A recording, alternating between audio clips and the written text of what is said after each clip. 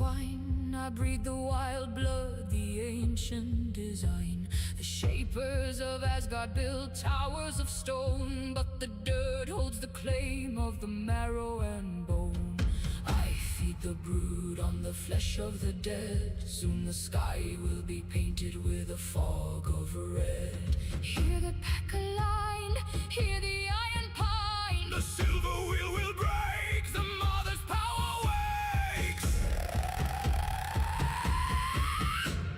Yarn with the ironwood and iron bar. Yarn with the Witches on a shadow throne. rise up the claws.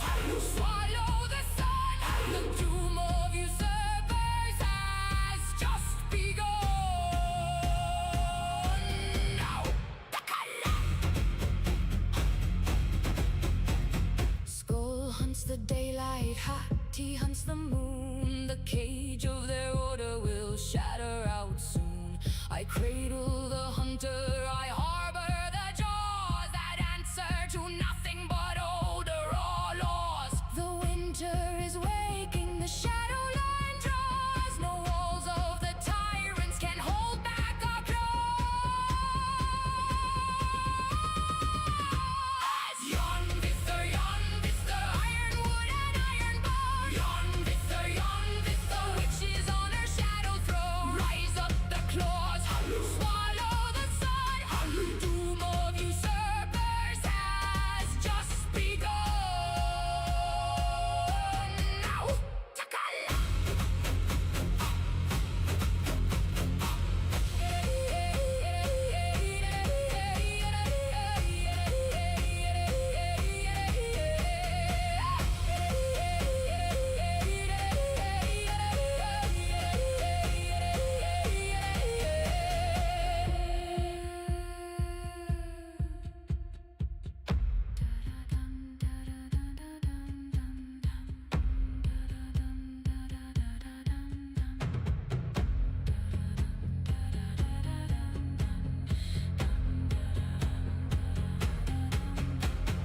Tear them asunder,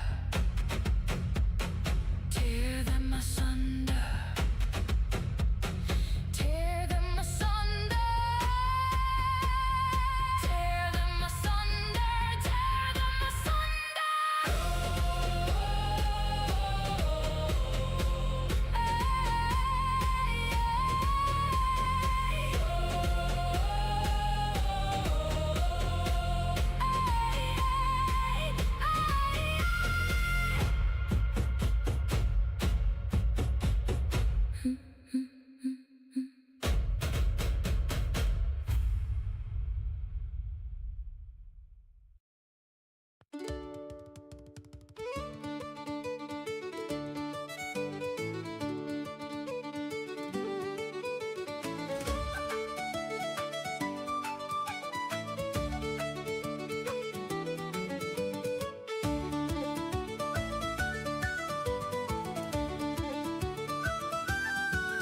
Near Banbridge town in the county down, one morning in July, from a bohin green I was clearly seen as I went traipsing by.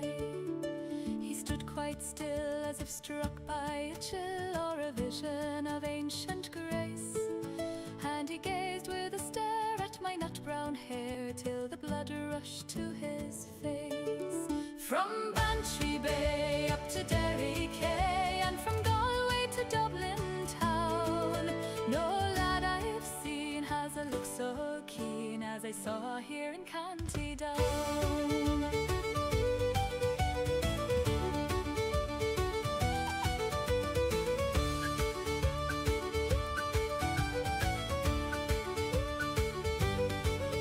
I gave no sign as he watched the line of my shadow as I passed, but I felt the heat of his gaze so sweet, and I knew the spell was cast. He gripped his walking stick with a hand so quick as he tripped o'er his feet. For a lad so bold, he was knocked from his hold by a girl that he chanced to meet. From Bantry Bay up to Derry Quay, and from Galway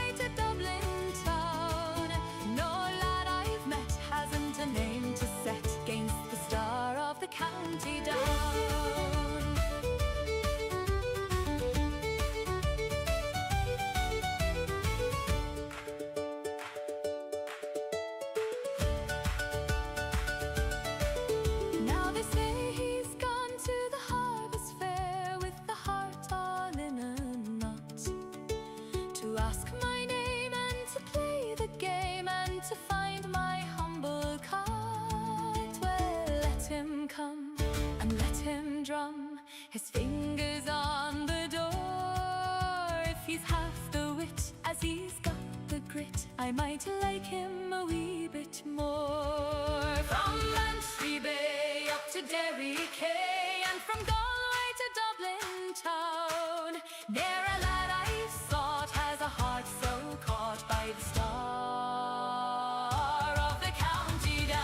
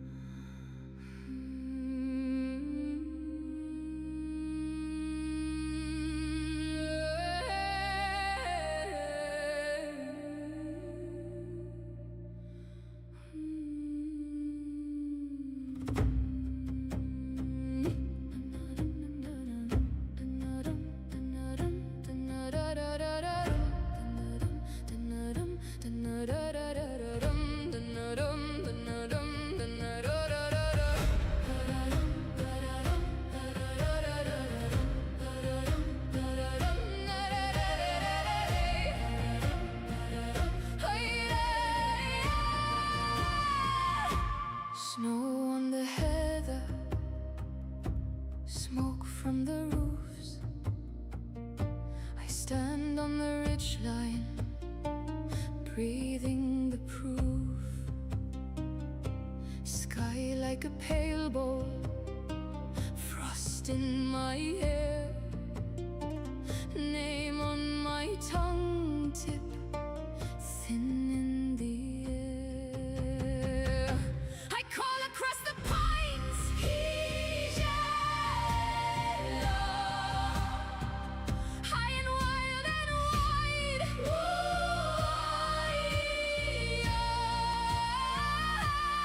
If you're lost, then follow the sound. Let it guide you through the night.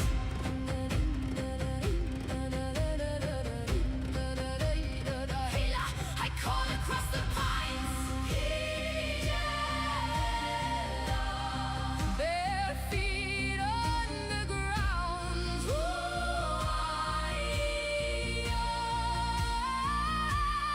If your heart can hear my cry, you will find your way back home. Tracks in the powder, turning and gone. Wind takes the branches, braids them in song. Far in the darkness, something replies, echo or answer, tears in my eyes.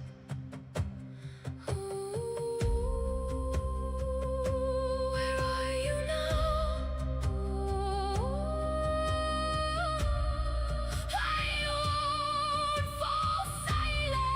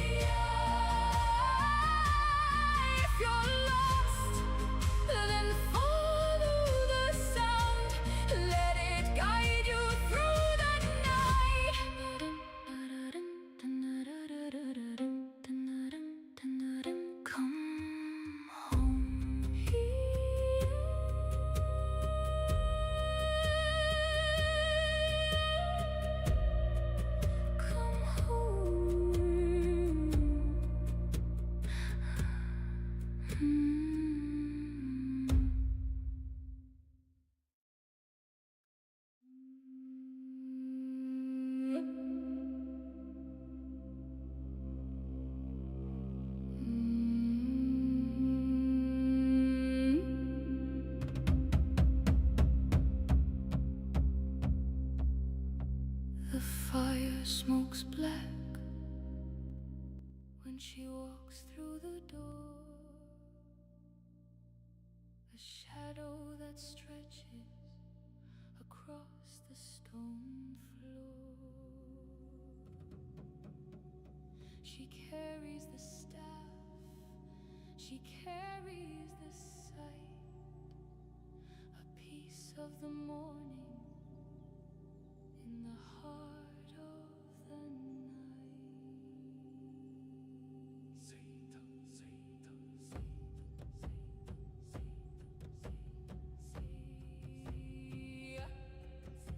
The staff hits the wood where the kings used to stand. Fate is a needle in a trembling hand. You asked for the rune, you asked for the flame, but you're too weak to carry the weight of your name. Hey. Oh, shoot. What? Pause this music over here. Forgot. What? Yeah, there you go. Now click opera. It's not the one, huh? I'm sorry, go down to the bottom. No. Yeah, just click the green icon at the bottom. Never mind, you're good. You're good. It's all up. You're good. Too many things going on. Hello, everybody. And you can move that down over here where you want it. It's fine. Yeah. I just need to be able to see both chats so I can do better not missing people. Hello. Hello, Georgia and Frost and Capitan. We hardly see you in here. It's almost bedtime for you, though, huh? And Bilu? Bear? Alright, chat keeps refreshing. Hello, Tyson. Alright, so we are at the very end of Child of the Prophecy, and I'm going to try my best to get through the whole thing. I don't know if my voice will last that long, but we're so close. We're very, very, very close to the end. You've been falling asleep early? That's okay. I could be getting on earlier. It's been so hot. It keeps me nearly out of commission until the weather starts to cool a little in the evening. Hello, Joker. Welcome back. Yeah, I'm already, I feel so hot. I feel sick. Hello, Cassie. Welcome. I've got an ice pack on my back and it doesn't last very long because I can't warm it up too quickly. But, that is summer life, I suppose. You can do it. Yeah, I'm gonna try. It kind of just depends on how long my voice is willing to last.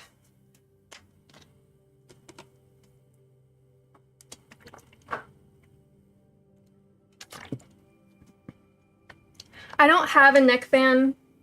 I was gonna get one of those neckties with the gel that you can put in the freezer.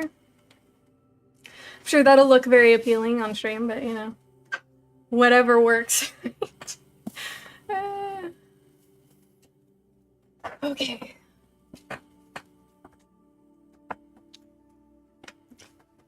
It's a line from a few movies, yeah.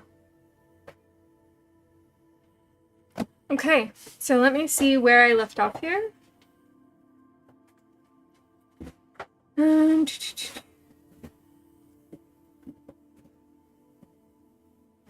Okay, so they are in the midst of a parlay, and obviously Sean and his band have all come across the fortress, and they're ready to take over. And that what they don't know is that Johnny is alive and in the possession of their adversaries. So Northwoods is going to essentially bargain for their release and ships for them to leave in order to take Johnny alive. So, let's see. Okay. So they see that he is alive, all right? bring this closer. There we go. I could feel the great wave of excitement as it swept through the Irish forces. He's alive. The child of the prophecy is alive. With never a touch of reservation. He was back. Johnny was back. They had not lost him after all. That meant they could win. They must win. The prophecy said so. The chief's gray eyes were very bright. He was even paler than Johnny, and now he moved to stand by Sean's shoulder, staring up at the bound figure of his son. He, at least, had seen beyond the wild elation to the peril of the moment. Johnny stared back, meeting Bran's gaze, and he gave the smallest of nods. I thought it meant, I'm the leader, leave this to me. You wish to offer us this prisoner in return for a boat and safe passage? Sean asked. I saw his hand tighten on his sword hilt, but his voice was steady. We will grant neither without an assurance that you forfeit this territory, captive or no captive. This is not the way we do business, Northwoods. I thought you knew us better than that. Edwin folded his arms. That's a bluff, Lord Sean.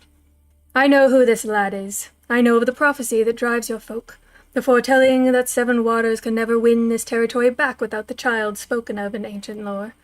The warrior who bears the sign of the raven, offspring of both Erin and Britain. This is your chosen one. Ask your men what it will mean if I draw my knife across his throat. Ask them about their will to win once his lifeblood is spilled here. Without this boy you will never triumph. His death would be the death of your hopes, the end of your dreams.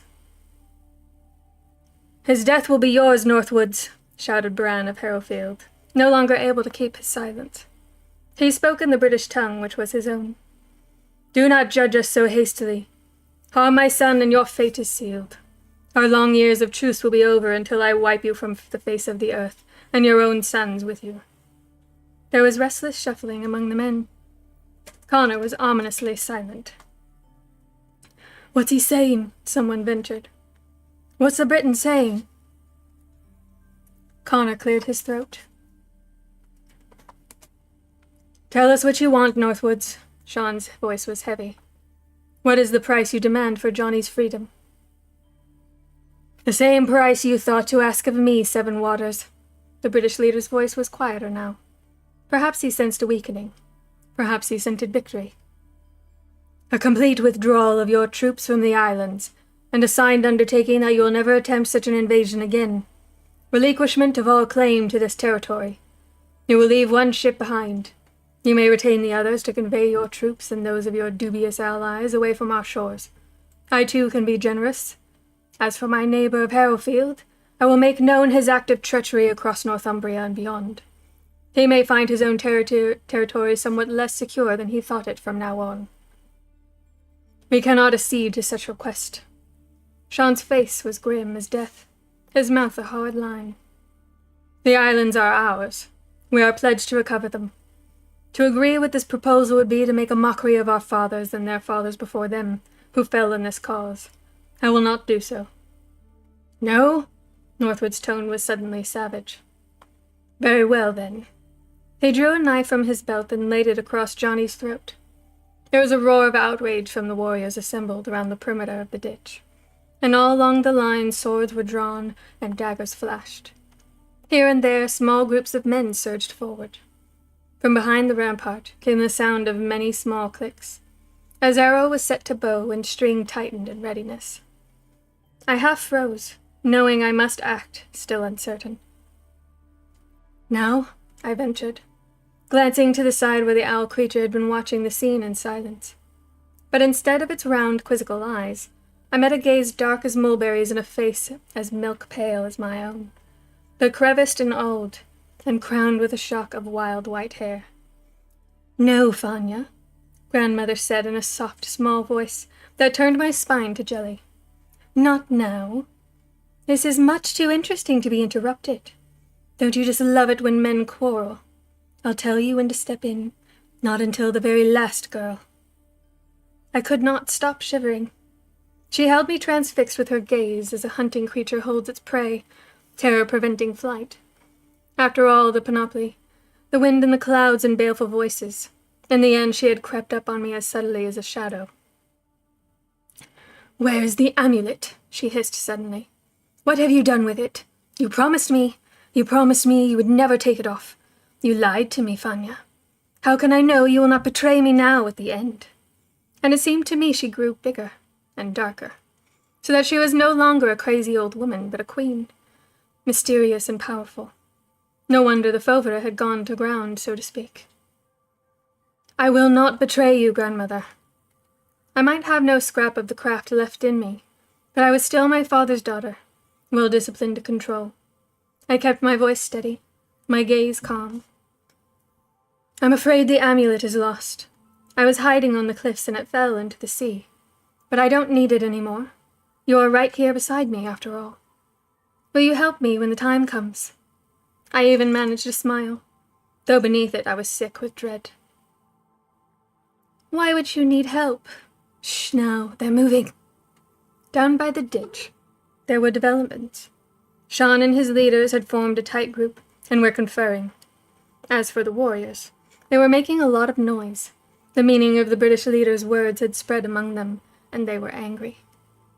Along the edge of the ditch, Snake was hastily deploying the fighting men of Inisela to prevent any premature forays across any suicidal acts of heroism. Only a mass onslaught could hope to penetrate such a defense, the upper rim thick with archers. Gareth was out there holding them back, and so was Corrington, and the other men, Wolf and Rat, and many more. Up at the southern end, where earthen rampart gave way to sheer cliffs, the ultimate defense barrier, I thought I saw Derek, knife in hand, taking his place among them. I turned quickly back to grandmother. Thank you so much, Val, for the roses. Good to see you again. Yes, the barmaid. How are you, Mozart? Start you a tab? Very well. Have all of the drinks. We are reading Child of the Prophecy by Juliette Marie. The tension is as thick as pea soup. Yes, it is. It's funny. Whew. I'm gonna need a new ice pack already. I can't get it out there. Hold on. Got me water. Thank you, honey. Yes, you do. My book is coming in handy so far. It's doing great. That's awesome, Joker. It's good to hear. I know you've been working on it a long time. Do you want the big ice pack or do you want the little The big one would be good. I can't put it on my back because it's really thick, but I can have it within my vicinity and it'll help. Did you forget to run ads before you started reading? I did. It's okay. We have 3 snoozes. If one of the barkeeps could just wait till the timer goes down and do the snoozes, we have time before we need to do the ads. Your setup is funny right now. Huh? You just got all of this food. I know. You want more coffee? Castle made me so much food. And it's sitting here. I'm okay right now. Uneaten because my love is not appreciated. I'm doomed. No, I'm just kidding.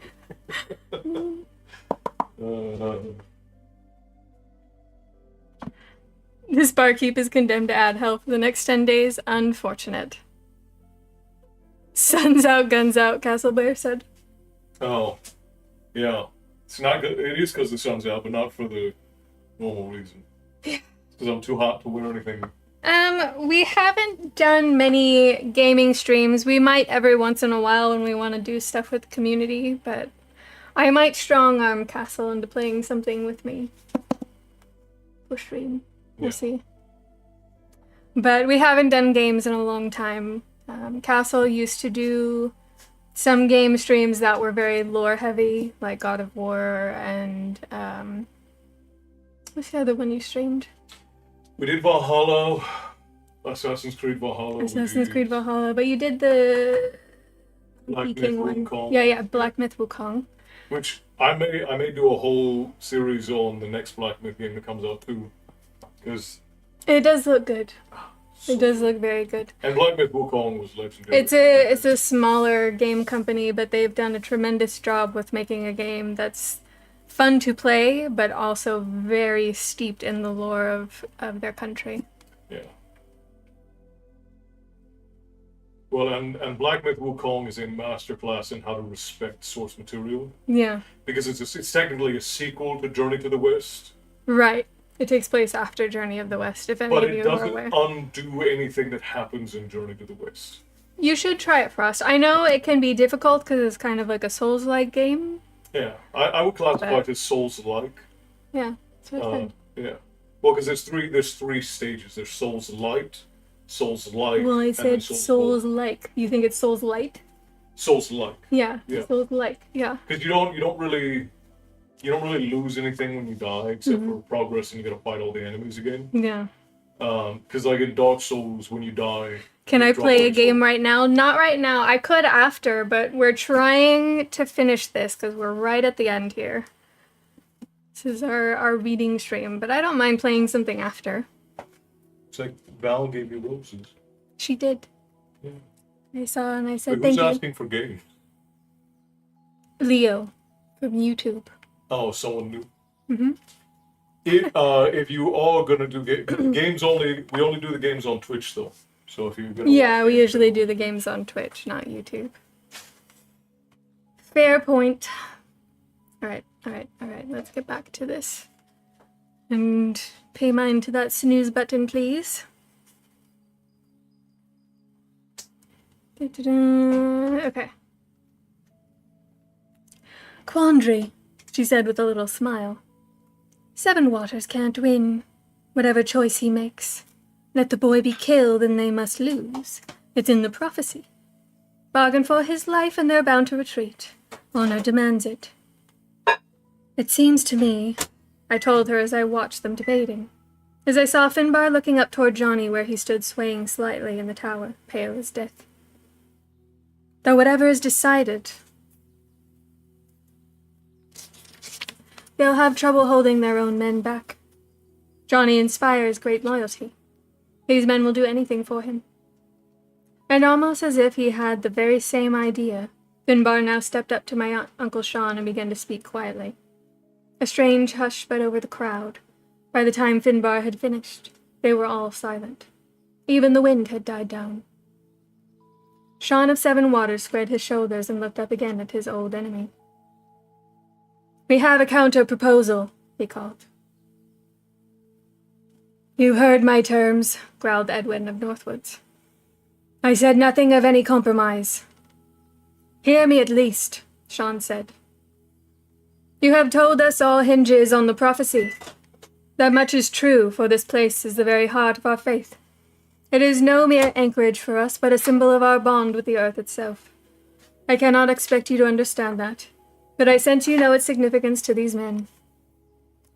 Thank you, honey. I'm running out of space. Hold my page, boo. Here we go. Thank you. All right, good night, Leo. Ah.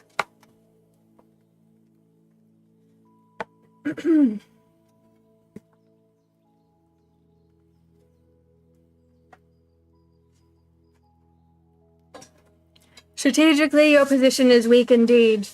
So weak that without this convenient hostage you would have been overrun by nightfall.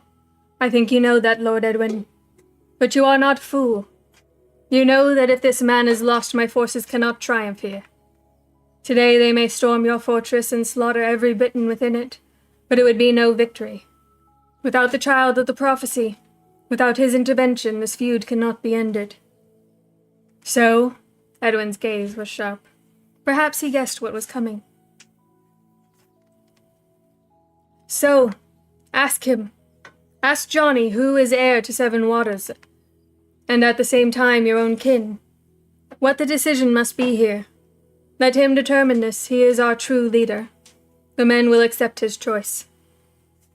And when Connor translated this time, a cheer of acclamation came from the Irishman, which made the very ground rumble with its power. Pack of fools, muttered my grandmother. To risk all on that. The boy's half dead, from the looks of him. Can't even stand up straight. What sort of choice is it anyway? He'd hardly choose to have himself killed. Just as well you're here, Fanya, to do this for me, or it might all slip through my grasp once again. And we can't have that, can we? No, grandmother. Now Edwin was speaking to his captive, and Johnny was saying something in return. The Briton had little choice in the matter, and I imagined he knew it. He'd just the one bargaining tool, and the best he could hope for was a safe passage away, and maybe a chance to return later. Edwin was a seasoned campaigner. Perhaps in his heart, he knew that once he drew the knife across Johnny's throat, they were all dead men. Now Johnny took a halting step forward, and looked down at the assembled men. A profound silence fell. This cannot be decided in such a way. His voice was steady but faint. It must have taken quite an effort of will to keep it under control. His face was wan with exhaustion. Men of Seven Waters, of Glencarna and Shidoof, men of Innisfail and of Tyrconnell, I put it to you that we settle this by single combat.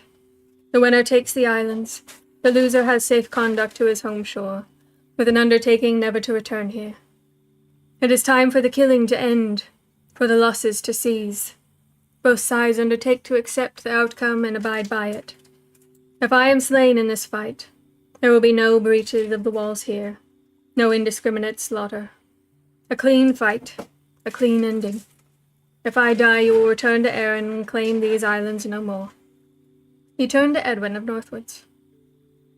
I will fight what champion you choose from among your warriors. If he is vanquished, you will take advantage of my uncle's offer and ferry your men home in the vessel my brother brings from Harrowfield. My father will go with you. He is your neighbor and kinsman, and I believe, fought here only because he thought me lost. You will mend your differences with him. Have I your agreement to this proposal? Edwin stared at him. You fight against one of my warriors. You've been a whole day in the sea, you're injured, and... He stopped short. Johnny gave a little smile. Then you have quite an added advantage, he said calmly.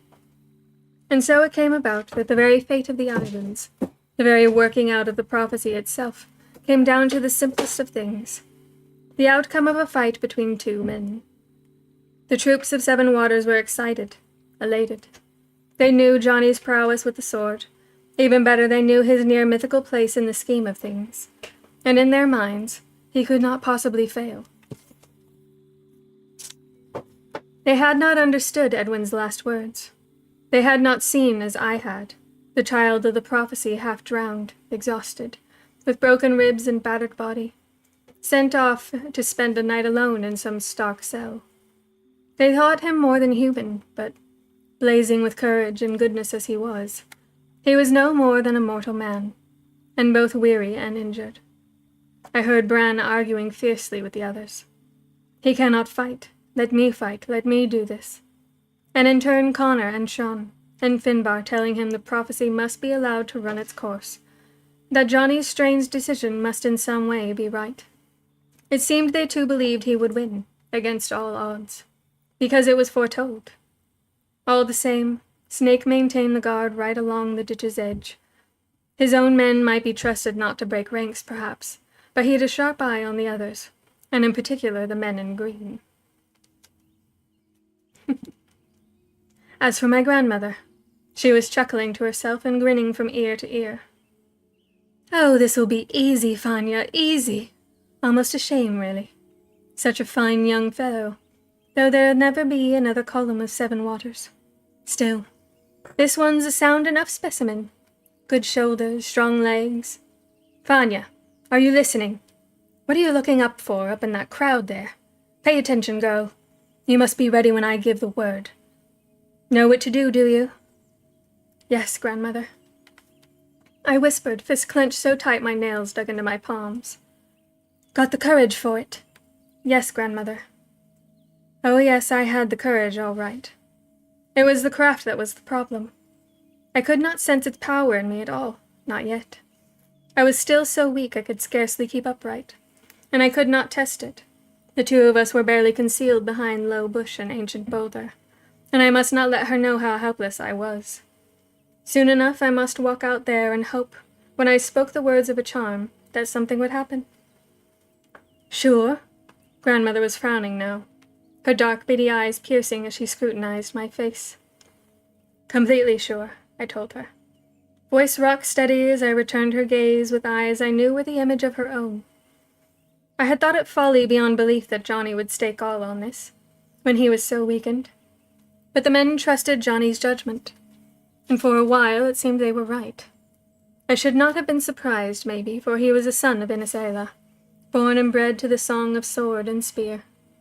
He was good, so good in fact that it soon became obvious that without the handicaps of weariness and bruising and a broken rib or two, he would have vanquished his opponent quite quickly.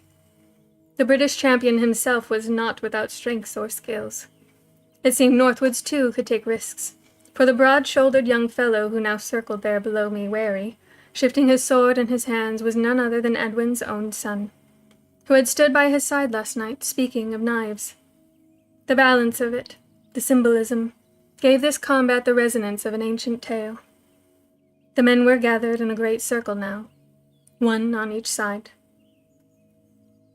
On each side, farthest from the ditch and wall, were the men of Erin, and on the other assembled Northwood's warriors, for they must be present to protect their champion and see fair play done.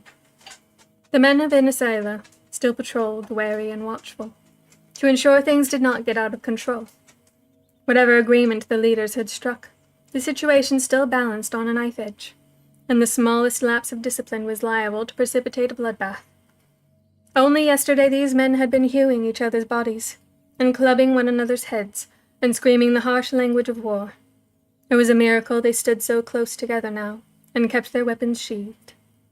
So Johnny's men walked the edges of the crowd, hands on dagger hilts, eyes narrowed, and in the center of the open space around which the crowd gathered thickly, the two young warriors fought on. They used their heavy swords two-handed, whirling and ducking, the weapons whistling through the air, their own grunts and gasps a counterpoint to this deadly music. No shields. This was a direct and brutal encounter, and could surely not last long. Johnny was tiring. I could see the way he shifted his feet, struggling for balance. I could see a change in his steady gray eyes, as if he sensed death close. If he lost this, he would indeed lose all. You need a drown Maddie button. Oh, hey, how you doing, Kitty? And thank you so much for the heart. It's good to see you again. It has been a while. We are trying to finish up The Child of the Prophecy by Juliette Marie. So, that is what we are reading. Welcome back, Bethany, and hello. That's all our snoozes? Okay. Alright, I can probably get in a few paragraphs. Edwin's son was bleeding from a deep wound to the shoulder and a cut to the thigh. His face was flushed with effort and sheened with sweat.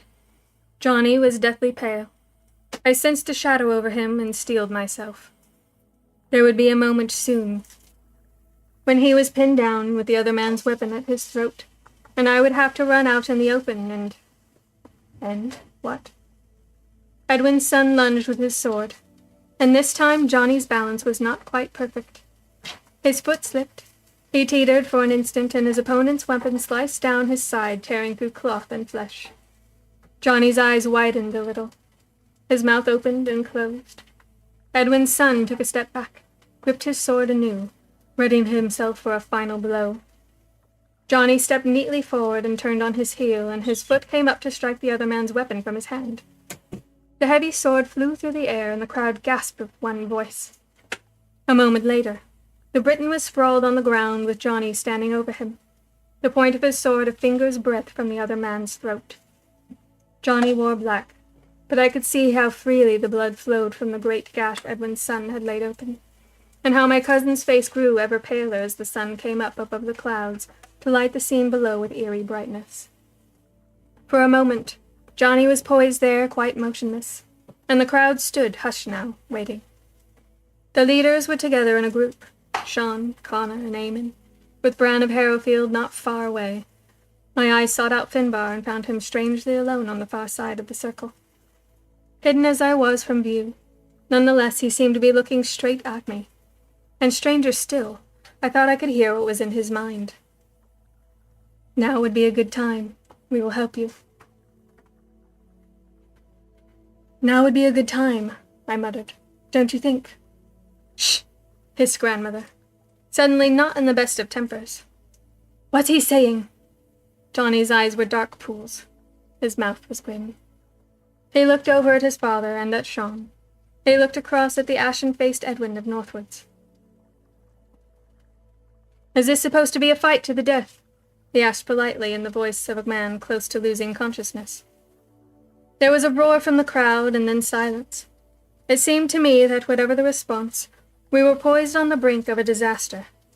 And if there was anyone whose judgment I respected, it was Finbar's. I stood up and walked out slowly from the concealment of bush and rock, my arms by my sides, my hair quickly caught by the newly freshening breeze, to stream out around my head. The red banner signaled to advance. My heart thumped with terror. Behind me, my grandmother gave a chuckle of delight. Good, Vanya, good. Make me proud of you, girl. All right, we're gonna do the ads. We have to do a 3-minute ad break, and then we'll be back.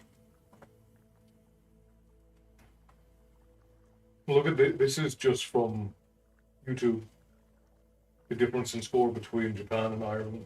I'm going to go through here in a minute and I'm going to count up the rest of them. I get a feeling that I didn't leave enough space here for the number of votes that Ireland is going to get. We'll start crossing them. Yeah. For 5. It's looking like, because voting just ended, so I'm going to go in and I'm going to look at all the votes after I post the next round. But it's looking like Ireland probably got close to 100 votes to 50 votes for Japan across everything. Looks like Ireland's winning for that. Oh, thank you so much. What is that, a little gate? What is that? Oh, Night Star. That's cute. And there's the tavern emote with a heart. Thank you so much. yeah. It's unfortunately, that's how Twitch is. We have to do ads. So we'll just do a little chatting while we wait for the ads to go through, and then we'll continue. Thank you so much for those. You can take the time to tell everybody about the Stories World Cup. Oh, the Stories World Cup. Yeah, you guys have to participate in the Stories World Cup. We're doing short videos and choosing creatures from 2 countries at a time to go up against each other on which one is the more frightening. For round 1. For round 1. Yeah. Where is the voting? You just comment on the video. You can just say the first video is Ireland against Japan. Ireland's Changeling against Japan's concept of Kamikakushi, which is just like getting spirited away, people who disappear because they're stolen away by yokai or spirits of some kind. I voted Japan, but it's gonna lose so bad. Yeah, it looks like Ireland is winning. Hello, Dominic, welcome in.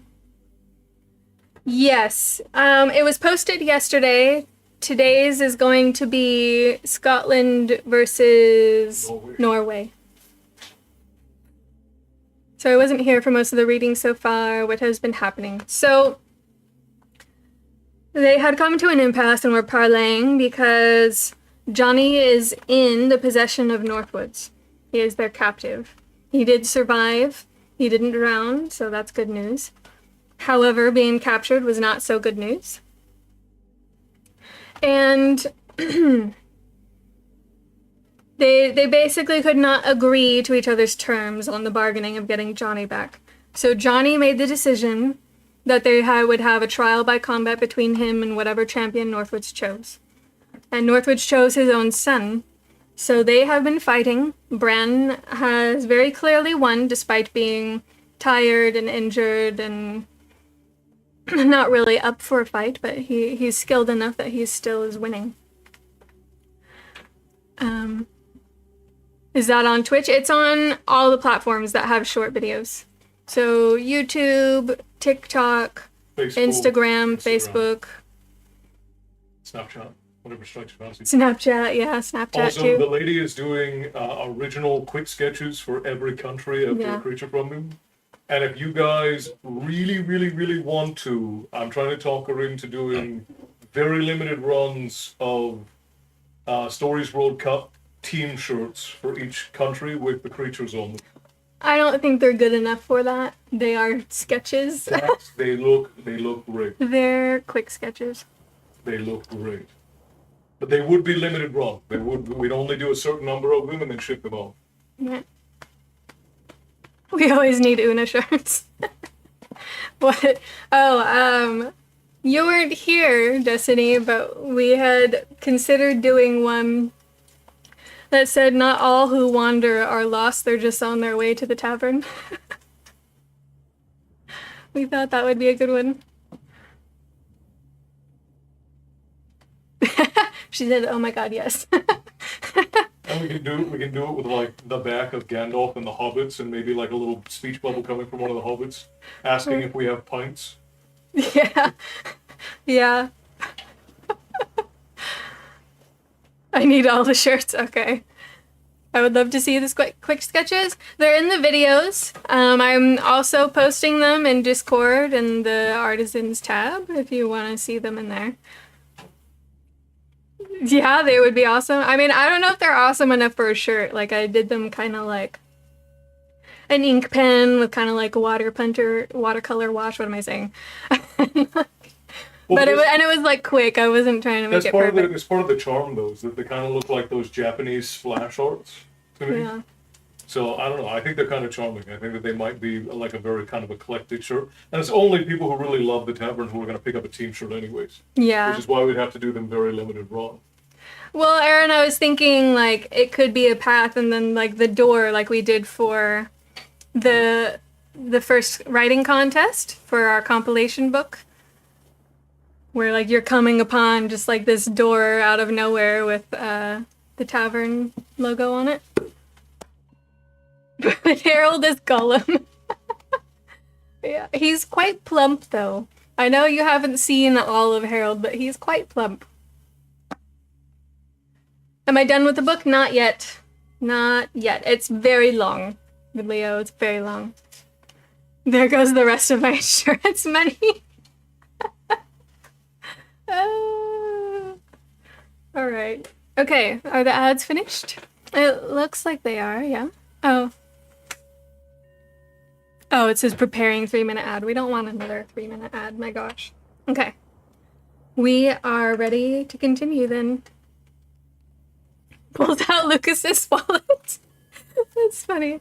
Poor Lucas. Just gonna buy all the shirts.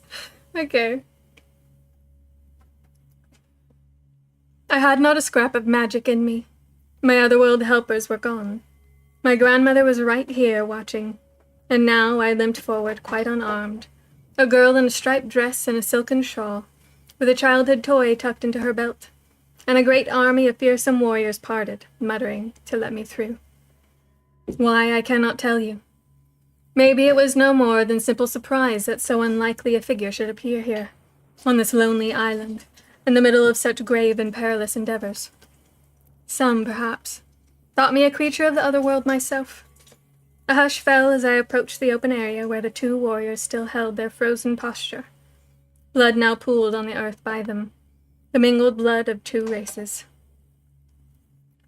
Go on now, my grandmother's voice seemed to whisper. I glanced over my shoulder. She was right behind me, now dark-cloaked, dark-hooded, and she halted at the edge of the crowd, watching my every move. Finish it. Finish him. He's half dead already. A simple matter. Quick now, before he plunges that sword in the Briton's neck with his last strength. Quick now. They're watching. They're all watching. I want to see the looks on their faces when the child of the prophecy chokes in his own lifeblood. Do it, Fanya. Do it for me and for all our kind. It was not so far across to where Johnny stood waiting. 10 paces, maybe. A lot can happen in 10 paces. I glanced up and around the circle, saw the shocked face of my Uncle Sean, the horrified expression of Eamon, the dawning comprehension on Connor's grave features. I saw Finbar's nod of recognition and approval. I saw the confusion and doubt on the faces of Briton and Irishman alike. And beyond the circle, I saw others standing, waiting silently, their strange eyes intense and piercing. A woman taller than any mortal, pale as spring snow, with dark long hair like silk. A man crowned with flames, whose garments flowed about his stately form like a curtain of living fire. And there were others, many others, beings that rippling rocks like weeds in river water, the skin translucent as glass. Lovely creatures clad in feathers and berries, and grasses and leaves, and lichen and bark and soft mosses. Every one of them was tall beyond imagining. Every one of them was looking at me. It's time, they seemed to say, though perhaps only I could see, only I could hear them. At last it's time. The fair folk were come now, at the end. But they would not help me. I must do this myself.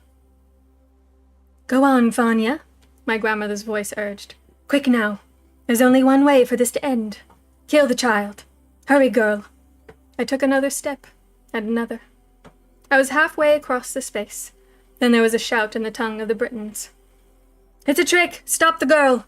I heard a sort of whistling in the air behind me, and a general gasp. I heard someone running toward me, and I was roughly knocked sideways, so I sprawled on the ground, with something heavy on top of me. There was a roar of voices and the sound of weapons being drawn, and the voice of my Uncle Sean shouting. No, keep calm! Keep back! I struggled to my feet, dislodging the dead weight that pinned me. There was blood on my gown, a lot of blood. Riona's rose-pink skirts were stained scarlet. A man lay at my feet, and it was his blood that soaked me.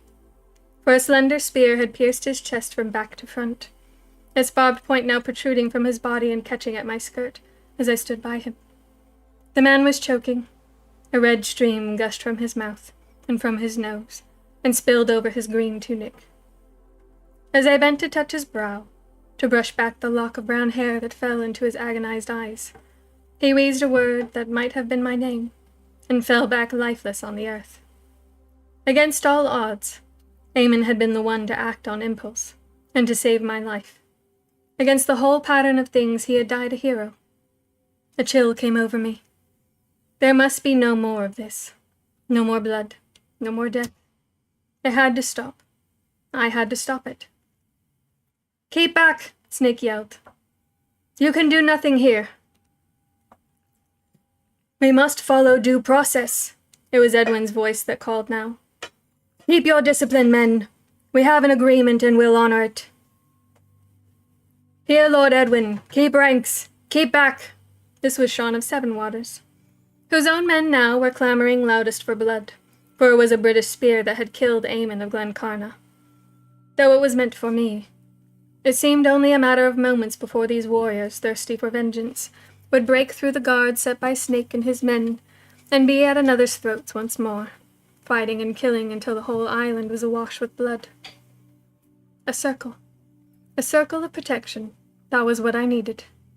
It should be fire, because fire was easy, and it scared folk enough to keep them out. I raised my arms and spoke the words of a spell, and turned in place where I was. I knew, even as I went through the motions, that I had not yet the strength even for this simple trick. The most I could summon was a tiny, tiny tingling of the fingertips, too weak to make a single spark. Nonetheless, as I turned and pointed, flames burst forth in the path of my outstretched hand, so that Johnny and the young Briton and myself were encircled by a ring of fire, 3 handspans high, and hot enough to send the men jostling back out of the way.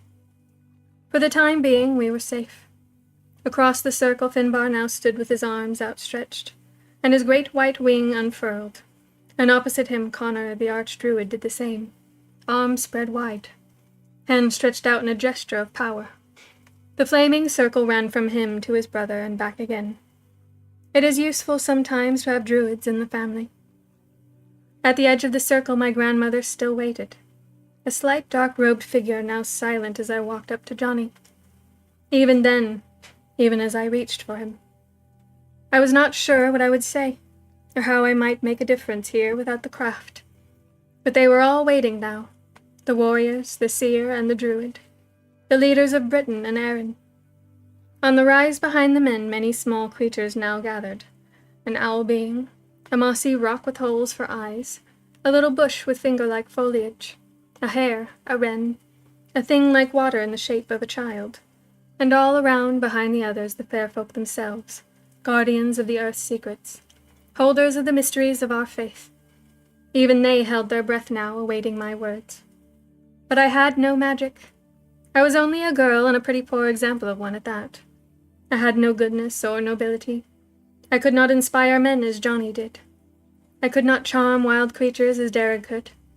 I did not know how to heal a man bleeding from a deep wound. I could not swim or dance. Without the craft, I was nothing. Use what is already there, the Fovera had told me. The natural magic of the earth and water, air and fire. Druid magic, use that. And at the moment I stepped up beside Johnny, the sky began to darken.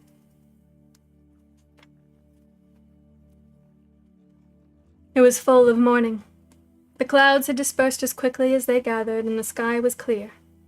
But now the sun's brightness began to dim, and an eldritch twilight to fall across the landscape, as if day were turning to a strange half-night. The men began to mutter uneasily.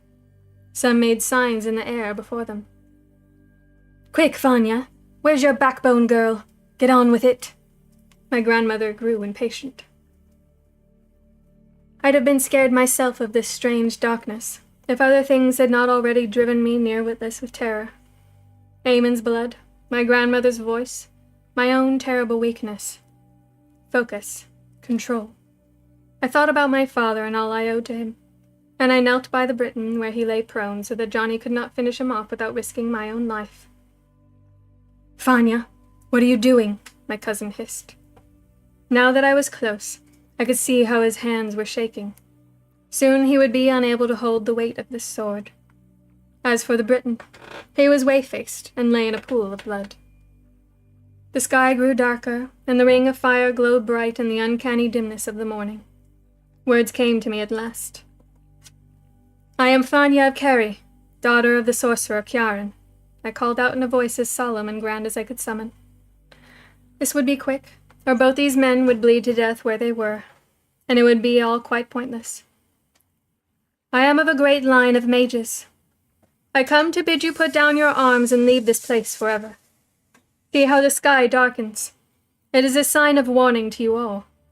There has been enough blood shed here, enough waste of young life and the generations. The child of the prophecy lives and has returned, and the great quest of the fair folk nears its end. Your sons stand here wounded close to death. Their blood soaks the very land that divides you. Would you lose them both in your lust for power?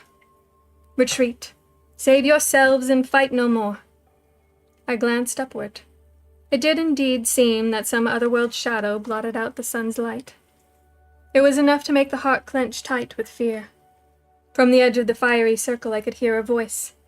I thought it was Corentin's, rendering my words into the British tongue, so each man could understand. And now the assembled warriors were beginning to glance behind them nervously, their eyes sliding to those tall, mysterious figures who looked on silently, whose gaze seemed ancient and wise into the strange dark sky. "The sun hides his face," I went on. Beside me, Johnny had withdrawn his sword from the Briton's throat. The two of them watched me in astonishment. "You must leave this place, for I tell you words of truth when I say no man can live here after tomorrow. To stay on these shores is to measure your life in the span of a single journey of the sun from eastern rim to western ocean." The words seemed to flow from me now, without being summoned at all. Indeed, I hardly understood them myself. "The islands are the last place. They are not for grasping hand of man. Neither Briton nor man of Ulster, neither Norseman nor Pict shall hold them from this day forth, for they will vanish into the mists of the margins, and reveal themselves to none but the voyager of the spirit. Come, men of Erin, men of Northumbria, hear me now. This long feud is over." The sky had grown still darker, almost as if it were night. The sun was obscured, a mere rim of gold, its center quenched by some malign shadow. The strange light gave my words a power beyond the ordinary, and now all around the circle, Men muttered and whispered, and some cried out in fear, or called upon one god or another to save them. A few were already edging away from the crowd and heading down to the boats. "The girl speaks no more than the truth." My heart thudded as I heard the voice of the Lady Oonagh. She drew back her dark cloak, and took one step forward so that she stood on the edge of the fiery circle, the flames licking at the hem of her gown, yet never catching it alight. It was as if she were impervious to its heat. She did not wear her old woman image now, but the guise of a tall, lovely lady, white-skinned, auburn-haired, her voice sweet and strong as fresh-brewed mead. "Retreat is your only choice, poor foolish human warriors. It has been all for nothing. All these deaths, all these losses. Quite pointless. The prophecy will never be fulfilled. It was no more than the ramblings of some ancient druid, age-addled and witless. There are no winners here save my own kind. I, the Lady Oonagh, and my granddaughter Fanya, who shows herself now in her true colors, a sorceress even as powerful as myself." She turned toward me, and as she spoke I saw my Uncle Sean staring at me, horrified, and Bran of Harrowfield grim-faced, stepping into the circle of flames, heedless of risk, only to be pulled back by Gull and Snake, one on each side. Nobody would cross this barrier save one stronger in the craft than those who made it. "Now, Fanya," my grandmother gave a gloating cackle of laughter. "Now we do as planned. Kill the boy. Finish these upstarts and their other-world masters. End this farce about a prophecy here and now. Even now the fellow staggers in weakness. His fingers can no longer grip his weapon. Do as you promised me and make an end of him." There were shouts of outrage from the crowd. I heard Bran yell, "No," and I sensed the rage and frustration of the men around us, Ulstermen and Britain alike. Yet none might step across the barrier while it held. The balance was in my hands. I glanced up and felt a deep pain to see those men who had treated me with respect and friendship, now staring at me as if I were a creature too foul to be contemplated. Gareth, Corrington, Gull, and Snake. Even my Uncle Sean looked at me with shock and loathing. Perhaps it was no better than I deserved. Johnny had fallen to his knees. He held his hand pressed close to his side, the fingers stained with seeping blood. Edwin's son lay prone on his back, eyes staring, breath harsh. "Quickly, girl," the sorceress hissed. "Use the craft, or use the sword if you must. Do it. I must see him die by your hand." "I'm sorry, grandmother," I said politely, my voice shaking like an autumn leaf. "I don't think I can do that." I watched her face change. I shuddered at the expression in her eyes. With such a look, a sorceress might turn a hapless mortal to stone through sheer terror. Beyond my grandmother I could see Connor, still holding his arms outstretched, still maintaining the protective circle. Impervious to fire she might be, but the Lady Oonagh could not move inside this charmed space. Not yet. Even now she struggled to break through. Her brows knotted in fury. Perhaps a force stronger than any of us held her back. "What?" she screamed. The sky remained dark, and now the wind rose again, a moaning, eerie wind that whipped her skirts about her. Strange shadows spread around her on the ground, and she seemed huge and menacing. Her eyes were slits in a chalk-white face, her lips blood-red, and her teeth like little sharp knives. To her left and to her right, the circle of flame began to waver and die down. "Hold fast, brother," called Connor. His hands were shaking behind me. I heard Finbar's gasp of pain and fear. She was doing her utmost to break it, and she was strong. The druid and the seer, after all, were no more than mortal men. If only I were not so weak. If only I had but a fraction of my true power. "You think to thwart me, girl? You, a mere slip of a child, with a half-baked education and a feather brain for a mother? You, with your foolish notions of love and loyalty? Either you have a very short memory, or you think me exceptionally stupid." And now she turned, facing outward, looking up the line of ditch and earthen wall to the place where the fortifications gave way to the sheer southern cliff face.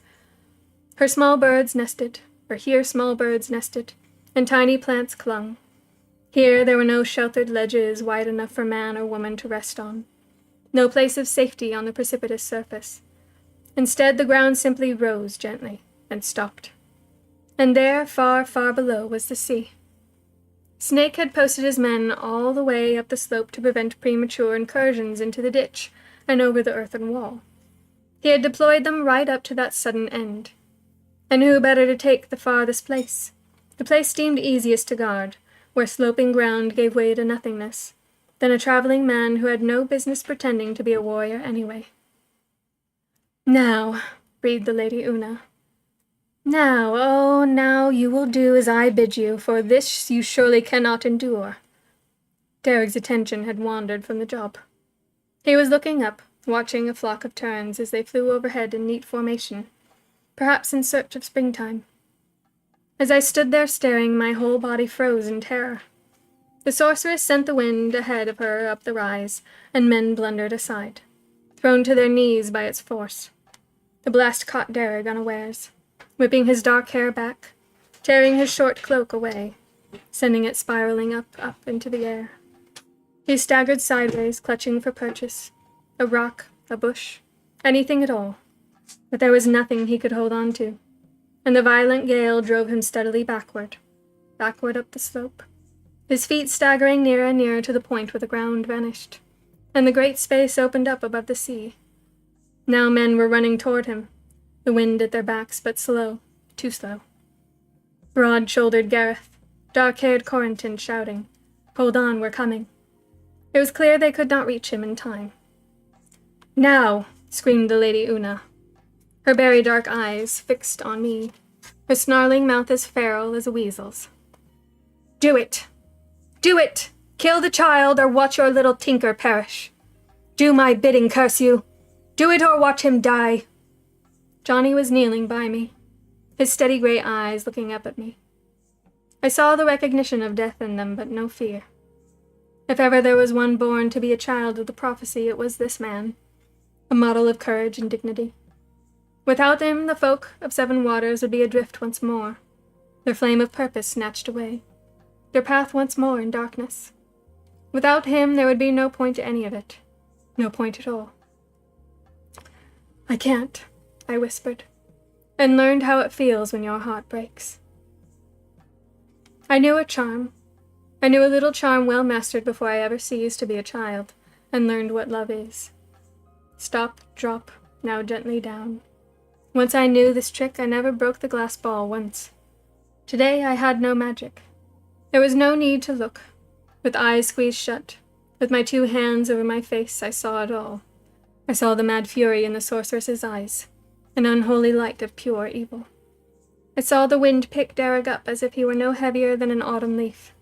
I saw the cruel way the Lady Oonagh held him poised a moment, right there on the edge, teasing me, taunting me, as if even now a cry or a word, a single gasp might bring him back again, if only I would utter it. And I saw how, at the very end, the traveling man turned his long last ascent to oblivion into a thing of wonder and beauty, a thing as lovely as the dying notes of a piper's lament.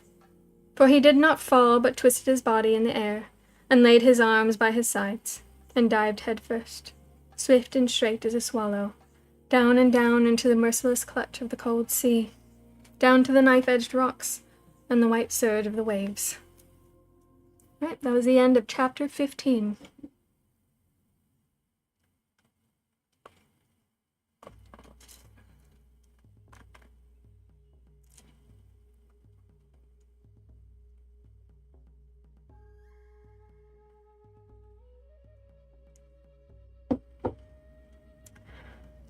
Whew. It is warm. Okay. Alright, there's chapter 17 and then the prologue. We're gonna see if I can make it. You did not see the save from Eamon coming? Yeah. It's shocking. I mean, it obviously he believes that Fanya has stayed on his side, right? What do you mean unable to verify? Give me a break, TikTok. Okay. So he was prepared to marry her and have use of her power, so I guess there was enough there that instinct made him want to protect her.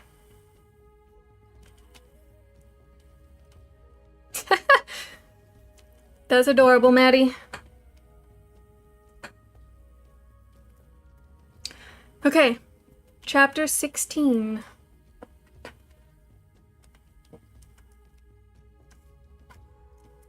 Someone was screaming.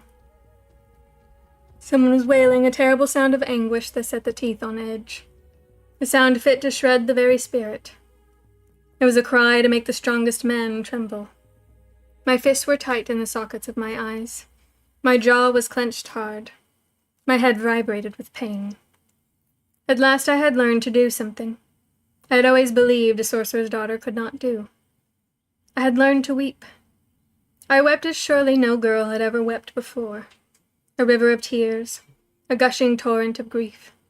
I stood there and screamed my loss to the wind, and the Lady Oonagh watched me with a little smile on her face.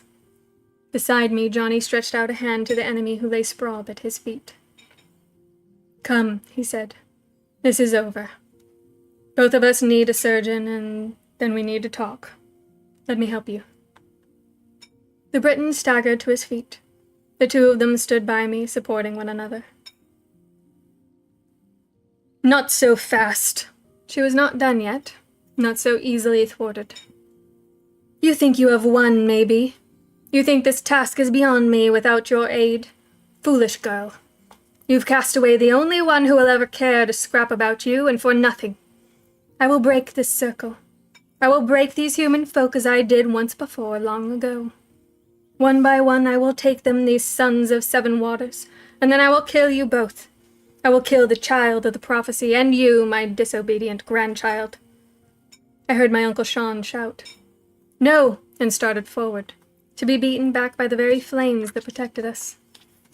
I saw my grandmother raise her hands and send a ripple of green light along the line of fiery circle. A ripple which touched Finbar first and sent him crumbling to his knees, wheezing with pain. Connor was ready for it and held fast, but his face was grey and his eyes less than calm. "Quick, Fanya," he said. "We cannot maintain this much longer. Help us." But I could not. The craft was returning slowly. My fingers tingled. The blood ran swift. I could feel it flowing into me now like a deep anger that built and built, inexorable, unstoppable. But still I stood there frozen by my grief, paralyzed by my loss, and beside me were the sons of Seven Waters and of Northwoods, both alike to bleed to death where they stood if I could not help them soon. "Which shall it be first?" hissed the Lady Oonagh, baring her teeth like a hunting cat, and she sent another wave through the circle, deep red, the color of heart's blood. Finbar cried out and she laughed. I could see what looked like smoke rising from the soft feathers of his wing. His face was drained of color, ashen and terrified. The next time, surely, he would be unable to hold against her. She raised her arms high, a fierce smile on her face. As she did so, the sky began to brighten once more, the sun to emerge from its strange obscurity, and a great bird flew across the circle, diving so close to the eyes of the sorceress that she flinched away, passing by to alight on the shoulder of a dark-cloaked figure, who had appeared among the onlookers, as abruptly as if by magic. The sorceress lifted her hands again, and she seemed to draw sparks downward from the air into her fingers. Her body was clothed with glittering brightness. She seemed far taller than any mortal woman might be. "You!" she shrieked. "You who defied me once! You who endured what no man should endure! This time I will finish you!" She swept her arms downward and pointed them straight at Finbar, who knelt there gasping with pain, his eyes still clear and true as he fought to maintain the protective fire. "This time," she hissed, and the strange flame seemed to glow from her fingertips and out across the circle. The dark-cloaked figure pushed back his hood and raised his hands, holding them out at his sides, palms up, in an echo of Connor's posture. The line of sparks from the sorcerer's fingers fizzed and died. I think not, mother, said Ciaran, standing quiet with the raven on his shoulder. His gaze was level, his face pale but calm. If he had been sick before, sick to death, he seemed well enough now. She had lied to me. She had manipulated me, and I had believed her. How many more of her threats were merely that?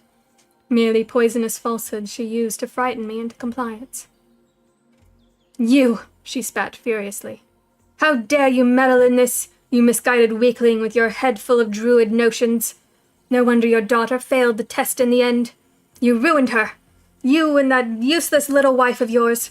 Your precious Neve with her soft ways and her empty head. Just as well I got rid of her, or I'd never have made anything of the girl. But Fanya didn't live up to my expectations. Lost her grip just when it mattered. My father took a step forward, very slowly. He, it seemed, could cross the circle with no difficulty at all. What did you say? He asked softly. Girl's no good, like her mother. There was a change in the Lady Oonagh's voice, an edge, as if she were surprised or frightened. Above us, the sun was emerging fast now. The day grew ever brighter. Not that. You said you got rid of Neve. What does that mean, mother? A little accident, no more. A little slip on a ledge. A slight push in the back and down to oblivion. She was no good for you, Ciaran. You could have been a great man. A man of power and influence. She was spoiling you and weakening the girl. She had to go. My father's face blazed with fury. There was such danger in that look. Even a sorceress might quail before it. As for me, her words made me tremble with horror. I knew her well, yet I could hardly believe the depths of her ill-doing. It was she who had snatched away their happiness in the end, not Sean, not Connor, not a cruel husband or uncaring family, but the sorceress herself, Ciaran's own mother. My father's eyes were like dark ice. His voice was deathly calm. So it comes to this, he said, regarding his mother across the circle. A test of wills, a test of strength. But first, he glanced at Johnny where he stood by me with Edwin's son leaning on his shoulder. I could hear both young men's labored breathing. It was hard to say which of them was more ghastly pale.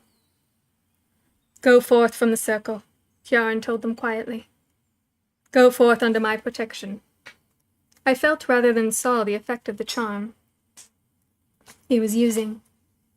A guardian cloak, invisible, unshakable, which wrapped itself around both young warriors. He would not hold this enchantment on them for long, but while he maintained it, this was a screen no weapon could penetrate. Neither arrow, nor spear, nor sorceress's curse. Clothed in this spell, they could cross the fiery barrier unscathed. Johnny hesitated, feeling the magic no doubt, but slow to comprehend its meaning through the clouds of exhaustion and injury. I looked up at my cousin. Best go, I managed, my voice coming out cracked and hoarse, for I still could not keep the tears from flowing. Go, seek help, make a truce. All must leave this place by nightfall. There is a wave coming, and a mist. None can be safe here. Words again, which seemed to come from outside me. Words which made me curious, made a curious sense. Johnny stared at me. But, he said faintly. Shh, I said. All will be well. Go, ask Gull to staunch that wound. Mend matters with these men. That is your part, to lead. There is no further need for you here. Fanya, go on, Johnny. Trust me. I am family. I saw the sorceress's head snap around towards me as I spoke these words. Her eyes narrowed sharply. At the moment her attention was diverted, the circle of flames died down a little, and the two warriors stumbled through, cloaked by my father's protective spell, and collapsed into the arms of waiting healers. Bran of Harrowfield and Edwin of Northwoods each went to his son. They conveyed the wounded men away to a place of safety. Still, the forces of Innis Ayla kept a tight control of the crowd. The warriors were growing ever more restless and fearful. They had come here expecting an honest battle, not some eldritch display of magic tricks that turned the very day to night before their eyes. My father lifted his arms again and the fire sprang up anew. The sorceress gave a little smile. Her pointed teeth glowed red in the flames. She took 1 step, 2 steps inside the circle. It had not taken her so very long to find a way through. Kjaran stood calm and steady with the flames at his back. On his shoulder, Fiacha crouched still as a carven effigy. Behind my father, the fire still burned fiercely. Connor stood still and silent, outstretched his arms, holding the circle unbroken, and on the opposite side Finbar played his part, crouched on the earth with visage ghost white, and eyes darkened with pain. Mother and son faced each other not 6 paces from where I knelt, my head still reeling from the knowledge that my mother had been murdered, and a terrible lie told all these years, a lie which had filled my father's days with guilt and shame. All this time he had believed his love was not enough for Neve. All this long time he had believed she chose to leave him. Beneath this new grief my heart still ached with emptiness, with the loss which could never be made right, not if I lived thrice the span of a mortal woman. Maybe my mouth no longer howled in pain, but inside me the song of grief wailed like the banshee's cry, keening, screaming, sharp and savage as a shard of ice twisting deep in the vitals. And all that while I felt the magic flowing back into me, stronger and still stronger, powerful and true. Yet I could not move. I slumped on the ground, held fast by shock and misery. Beyond the flames, the great throng of warriors had fallen silent, but for occasional mutterings and whisperings, prayers maybe. This was far beyond the experience of an ordinary man. Be he hardened warrior or Christian priest, or merely a fisherman or shepherd called to arms in service of his chieftain. Terror blanched their faces. Fascination held them watching as this strange game played itself out before their eyes. So, the Lady Oonagh said. It seemed to me she faced her son, she drew up dark power from deep within her. She grew taller and grander, and her mulberry eyes glowed with malevolence in the smooth pallor of her terrible fair face. So, you think you can do battle with me? You, my weakling son, corrupted by druids, tainted by family, crippled by love. Have you forgotten who gave you birth? You, an apology for a sorcerer, that you manifest yourself now in the last in some futile attempt to save these fools and their pathetic scrap of rock? Or do you seek merely to protect your daughter, who has proven no apter a tool for my purposes than you yourself were? Look at her crouching there, a shivering, pathetic wreck. Some sorceress she is. Cared more for her common little tinker than for the great task I set her. Got it all mixed up in the end, let it all go. Now she's got nothing left. No power, no influence, no lover, no family, for they will cast her out now that they know what she's done. Maiming children, killing druids, spying, watching, insinuating herself among them, with all the will to destroy in her heart. There'll be no going back for your precious student, Kjaran. You should have seen your sweet little girl in Aemon's arms. That would have opened your eyes well and truly. Oh yes, she did inherit 1 or 2 skills from her mother. Neve was good under the blankets, wasn't she? Why else would you have wanted such a featherhead? All the time my grandmother spoke, she was watching father. Her eyes never left his face. His lips were tight, his jaw set, his eyes burned with rage. But he did not lose control. I sensed each waited for a moment when the other's guard might slip. The instant of opportunity. The air seemed to crackle with magic. Spell and counterspell in the mind, but not yet on the lips, warred in the air above the fiery circle. Fiacha's dark form was outlined in little sparks. My own body tingled with the craft. I felt its force in my hands and my feet, burning in my head. It's over, Mother, Kjaran said quietly. There are forces ranged against you here that you can scarcely dream of. You have failed. The young warrior lives to lead his men forward. I see peace in his eyes, truce in the strength of his hand. Your venture is pointless.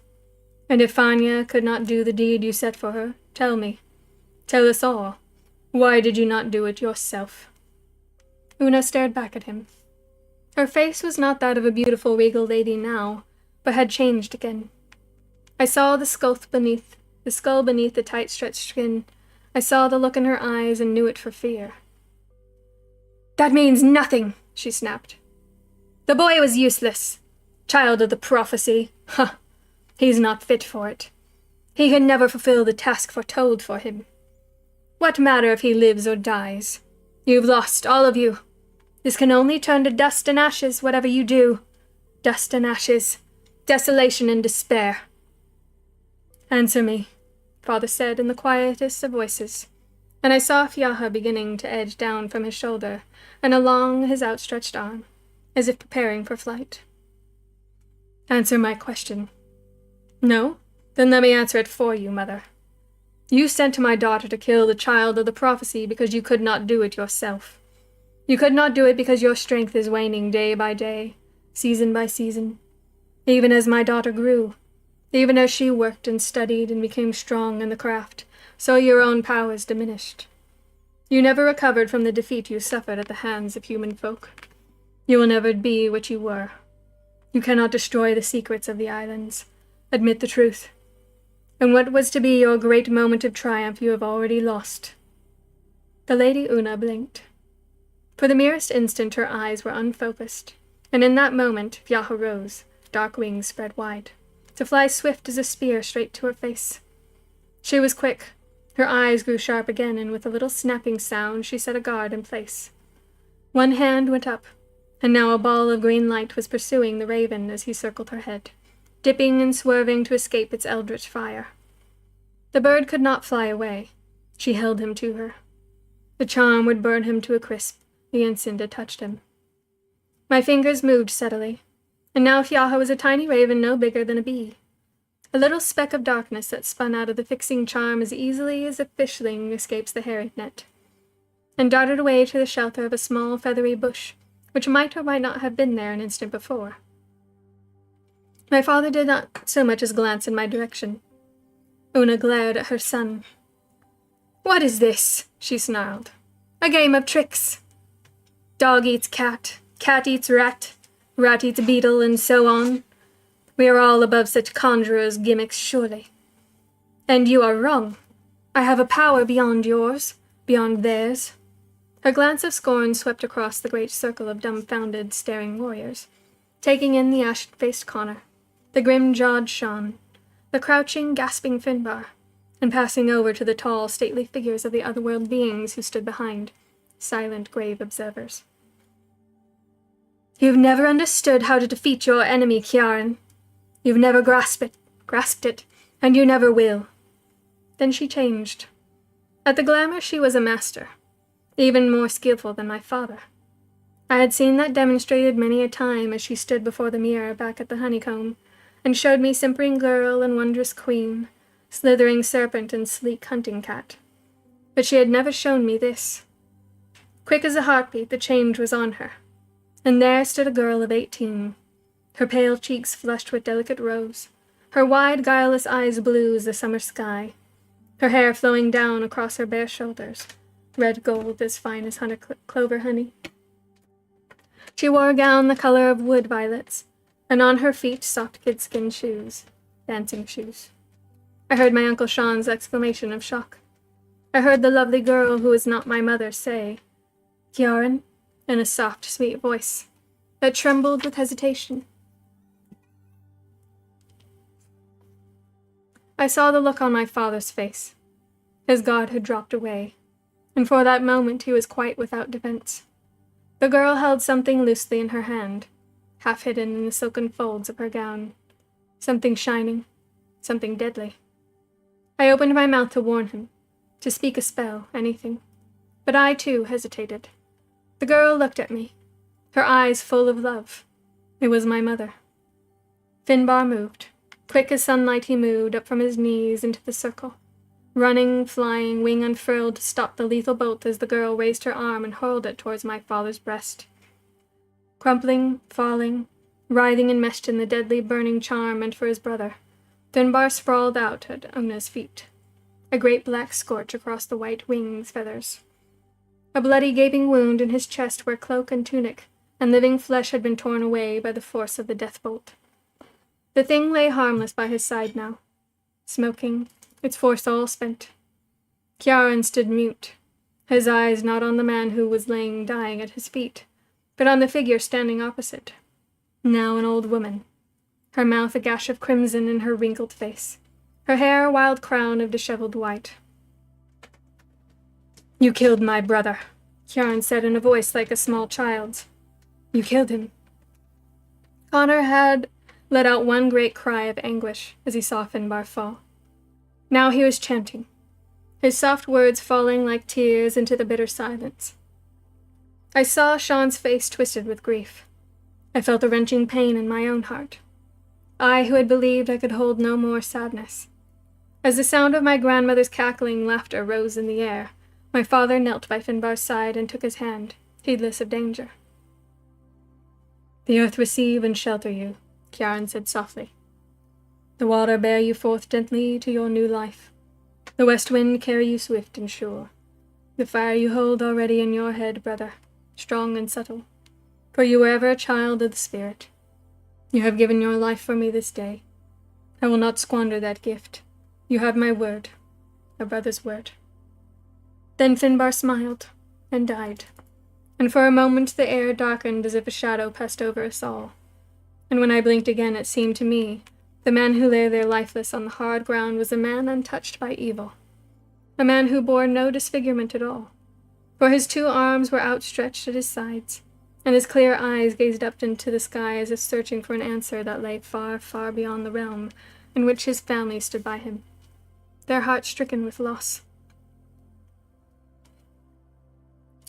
Then my father rose to his feet again and turned to the sorceress, and her face changed as she saw the look in his eyes. I must not let him do this. It was wrong that son should be the instrument of a mother's punishment. This was my own task. This was my time. "No, father," I said quietly, rising and stepping forward. "This must be done well. Your part is ended." The Lady Oonagh's head whipped around toward me again. Her lips parted. She seemed to scent victory. "Fanya," she cooed. "My dear, how valiant. Best stay out of this, I think. This is well beyond your limited powers, and I see how weakened you are. The transformation took a lot out of you. Don't make a fool of yourself, dear. Leave this to your father." Then her eyes widened, and she swallowed, and her hands clawed themselves into tight fists as she felt the grip of my spell, a charm which held her where she stood, unable to see, unable to speak, quite unable to break free. In her wild gaze I saw the recognition that she had completely underestimated me.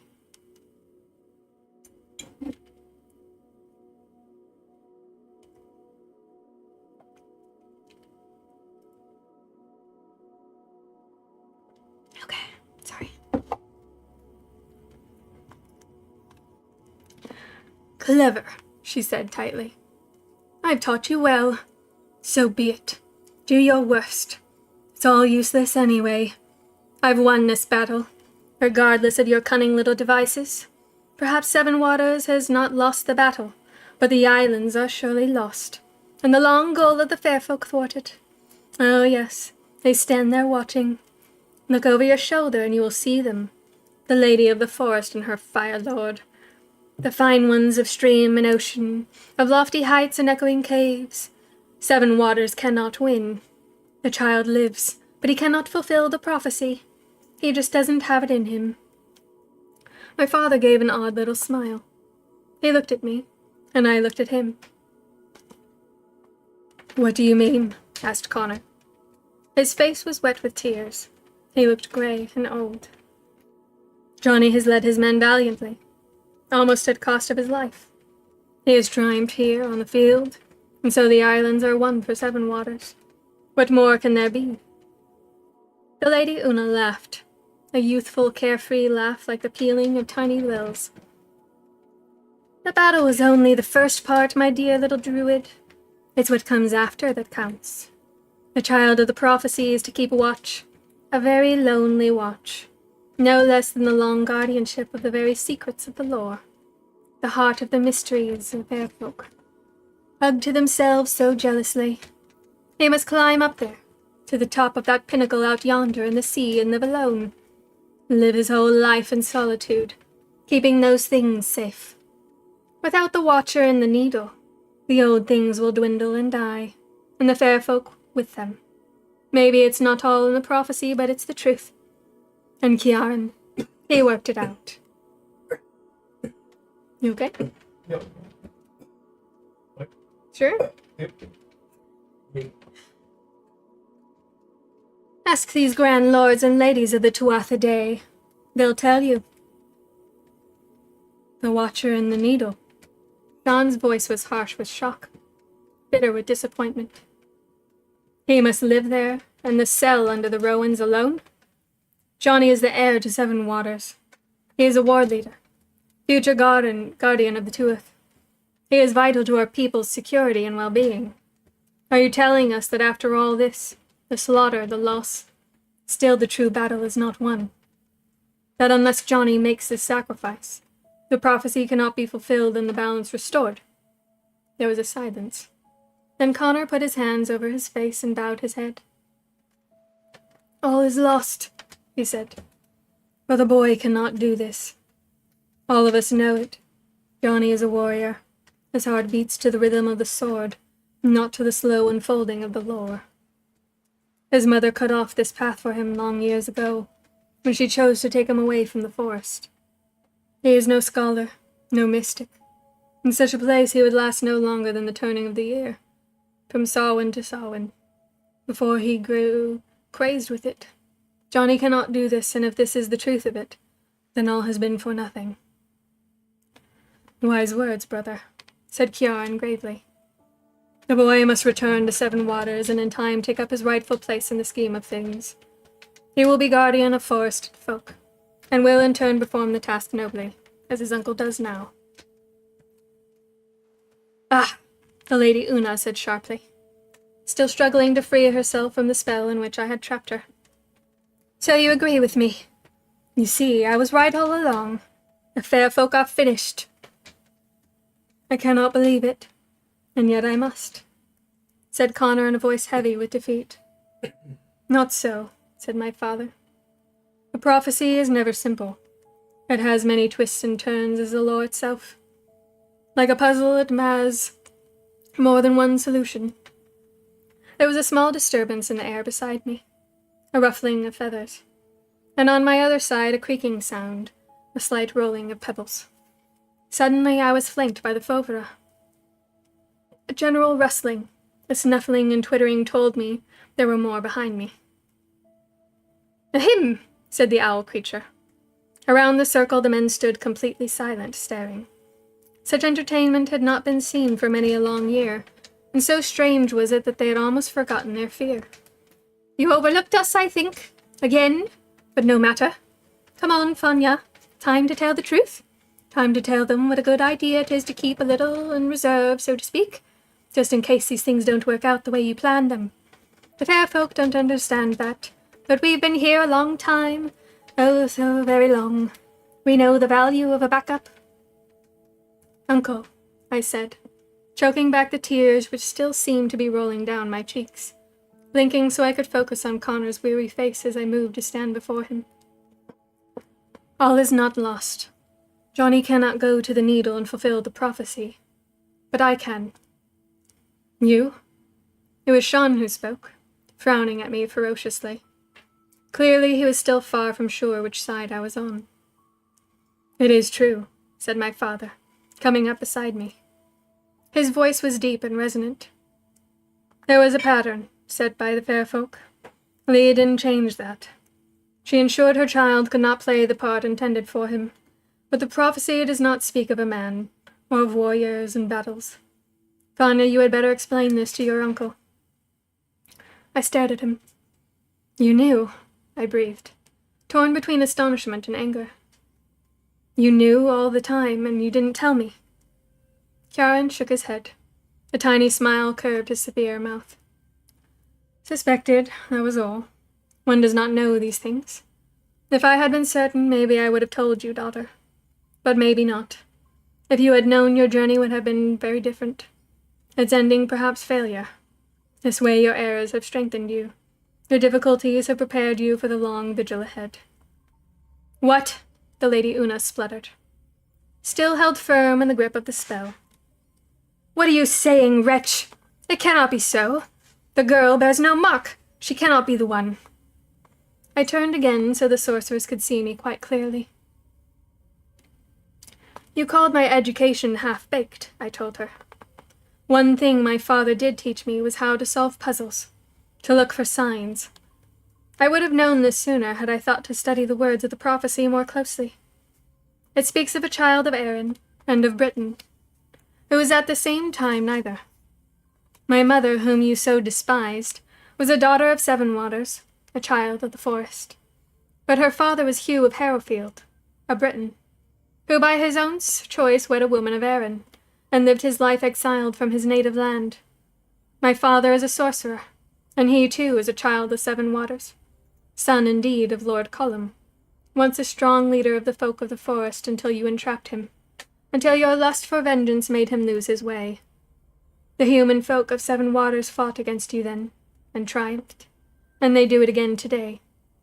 I am indeed a child of Erin and of Britain, and yet I am neither, for I am more than that. I carry in my blood the seeds of 4 races, the heritage of the Fovera ancestors, and the strain of the fair folk themselves, through you, my grandmother. Are you not yourself descended from the very people you so despise, through a line of outcasts?" My grandmother's whole body was shaken with fury and disbelief. "This means nothing," she spat. "Clever words, tricky arguments, druids' rubbish. You can never fulfill the prophecy. The fair folk cannot win. What about the sign of the raven? You pathetic, crippled apology for a girl. How can you claim that? You are no hero. You're weak and useless as your mother was." My fingers touched Riona's butter-yellow hair, her blood-stained skirts. At my feet Finbar was stretched out on the earth, dark hair tangled around his head, features pale and calm. Farther across the circle, Eamon's body still lay where he had fallen. If not for him, I would have died, and the Lady Oonagh would have won this battle. Words no longer seemed to hurt me. All I could feel was an emptiness.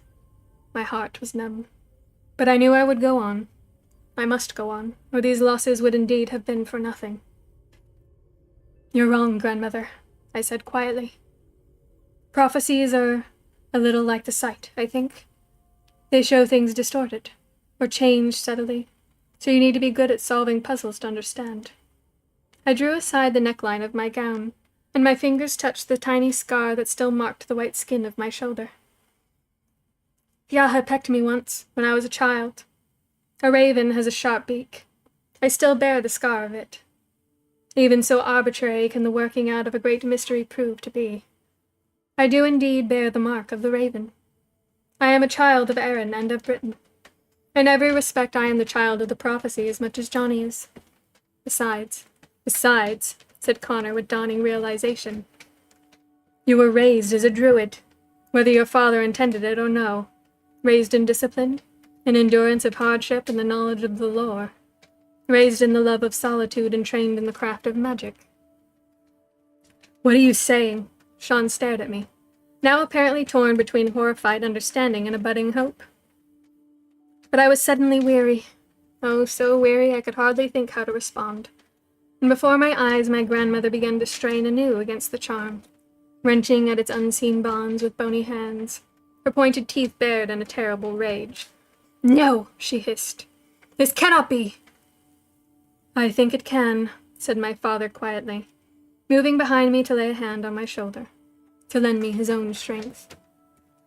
"I think you will find, Mother, that you made quite an error of judgment in sharing your knowledge with me and then dismissing me as not worthy of your attention. As a druid, I too learned to solve puzzles and to respect what it is. As a sorcerer, I learned to play games, and I always play to win. You settled on my daughter to work your will, and in doing so you have crafted the weapon of your own destruction. In the forge of your cruelty, with your tests of will and endurance, you have yourself created the child of the prophecy, and the instrument of your downfall. I prepared her as well as I could. You sharpened her to perfection." "Come." There was a sudden hush, for this was a different voice, and the men fell back in amazement. From each quarter of the circle a wondrous being stepped forth. all taller than any man or woman of mortal lineage, and so dazzlingly bright it was as if the sun burst forth anew here in the desolate hillside. They were the folk of the Tuatha Dé. They had watched and waited until this combat, this debate were over. Now they came forward, faces grave and pale, voices like the shimmer of clear water over pebbles, or the distant thunder of an autumn storm. "I am Deirdre of the forest." A woman stepped toward me, long white hand outstretched. Her hair rippled down her back in a curtain of dark silk. Her eyes were the deep blue of the sky at dusk. The color echoed in the flowing folds of her cloak. "Time passes. We are ready." "Come, fire child." It was a man who spoke, if such a wondrous creature could be called a man. His hair was brightest red, a halo of flames that danced and sparked around his head. His eyes, too, sparked. Mischievous, dangerous. "Your long works await you. Come now." "We will convey you there." This being had a voice like the ocean, soft and powerful. A sound like the waves washing into the echoing chambers of the honeycomb. "The sea will carry you." I could not say how she looked, save that she was a thing of water, transparent yet real. A moving, changing being with fronded hair and wild eyes, and hands and feet fluid as the ebb and flow of the tide in rock pools. Right. My voice is fading. Oh, gosh. I might need to just take a little break and then I'll see if I can continue.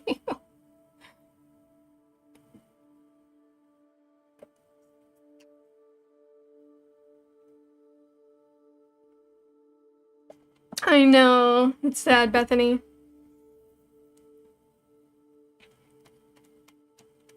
Ads in 1 minute anyway? Alright. Well, I suppose I'll run the 3-minute ad then. And we'll see how it is after it's done.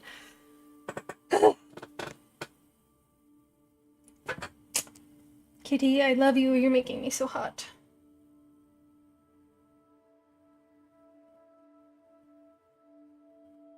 I know he must be hot too, but it's like he doesn't care. He's like, snuggles are more important. It's Boo. Milo only gets snuggly like when it's actual bedtime.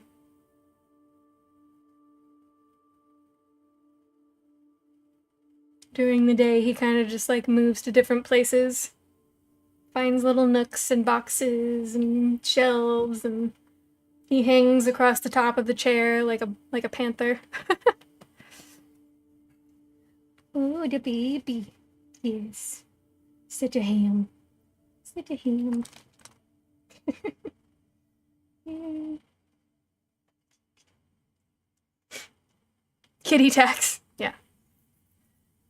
He'll get so mad at me if I move him from his comfy spot. You knew right away she was a child of the prophecy? Yeah, I mean, she is the protagonist, you know? So most stories end up that way.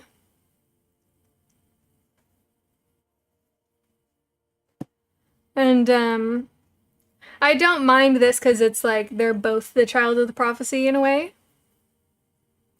But I do think it could have been more interesting if she wasn't, because most books are like, well, the protagonist has to be the chosen one, right?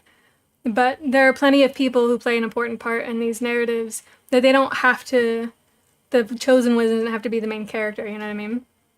Like, usually those protagonists don't do everything on their own. But this works too. Like Harry Potter and Neville Longbottom. Yeah, like, consider the books done in the point of view of Neville. Right? Like, seeing the pros and cons of a character like Harry Potter for what it is. And becoming his friend, and like not always agreeing with that friend, but still enjoying the pros of that Harry Potter character to stay around. Because it's not like Harry Potter was actually special.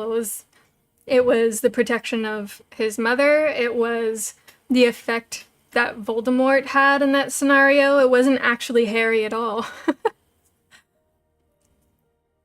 But yet every book he like somehow made it through everything, never got in serious trouble for all the stuff that he did that he should have gotten in trouble for.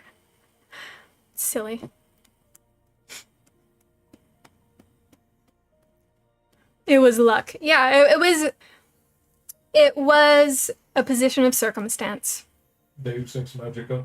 Which, you know, in any scenario, that's what it is. As they're done, thank you, Frost. But it makes it more interesting when you can do it from the point of view from somebody who is very involved. Someone like Neville, who overcomes his fear to become a strong character. Like, that's actual character development, you know? Like, Harry didn't really have a lot of character development. It was all just, like, forced. You know, I enjoy the Harry Potter world. It's super fun. Like, I love that. I played the game with my son. Like, it's very fun. I love it. I don't love the Harry Potter character and the convenience with which the author decided to force scenarios so it could just turn out a certain way. I don't think that's true, Bethany, but I get what you're saying. I would say that in modern media, it's very often that it is a girl. We very rarely get a good boy protagonist that fits that role. I mean, Harry is a prime example. He's not a very good character. And I'm sorry, but he's not lovable either. He's annoying. Objectively.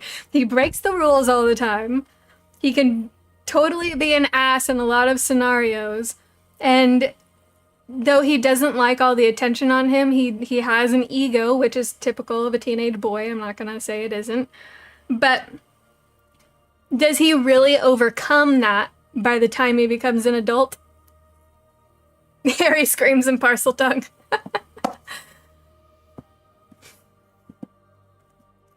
I don't know. I mean, I grew up loving my gosh, why am I brain farting? The Last Unicorn.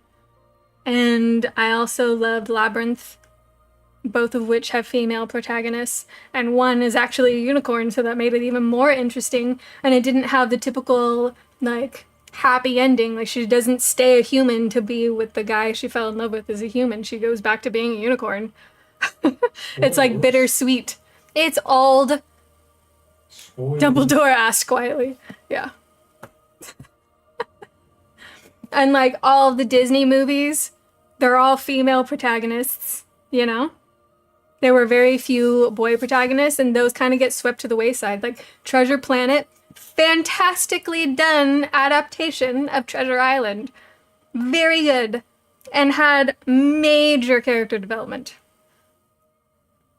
They did a very good job with that. And it's just not as popular as all the princess films. Like, it's kind of like an underdog. There's this group of people that love that movie and want it to have more attention, but it just doesn't. Well, in Treasure Planet, the studio actively tried to kill the project. Yeah. Yeah. Like, they did not want that movie to be made at all. And they did everything in their power to make sure it didn't succeed. Yeah, which is sad. But, you know, like, what other Disney movies have a male protagonist that did really well? Big Hero 6. That's DreamWorks. But no, it was Pixar. Pixar, yeah. And Pixar, to me, is separate. They're not anymore. Obviously, Disney bought them a long time ago. But the crew that worked on Pixar films stayed for a long time before Disney replaced that. But even in Big Hero 6... Bedknobs and Broomsticks was fun, but that's a female lead. But the kids aren't the leads. In Big Hero 6, Hero is not a likable protagonist either. Yeah, he's just a kid that's mourning the death of his brother, right? And he's an obnoxious, arrogant, entitled kid to start with. Yeah. And it's literally all of the other adults around him who basically make the film enduring. Right. And his giant robot that is programmed by his older brother. And it's funny because it's like these two kids, it's common in Disney to kill off parents. Mm-hmm. But they kill off both these kids' parents. Yep. given to their aunt, and then he's one of the only male protagonists in Disney Pixar history who has a positive male role model, and then they kill the positive male role model. and Frost said Aladdin, and like Aladdin. He's a thief. He's a thief. He's not somebody to look up to. Like, they make the character noble, but at the base of it, he was a thief. So it's like, well, and Aladdin is a like a master class of, you can do everything wrong, you can try and get things you want the wrong way, yeah. and then still get everything you want. Well, and just like Harry Potter. Yeah. And a compulsive liar, yeah. Like, it's so dumb to just not be like, yeah, I'm not a prince, but now I have the money to be one. Like, it's just, no, you're not an idiot. I'm just saying, like, if you really look, like, I know that there's been like this huge wave, and I'm totally not trying to crap on what Bethany said. I'm just trying to look at these things of how we have this concept of it's always the boys, but it's really not, because the boys that have been shown, I would say probably since the 90s, early 90s, they're not good male characters if they are a protagonist, and except for Treasure Planet. I'm sure there might be some others, but they're not like widely popular. It's been a push of female characters. Just ruin all my childhood movies.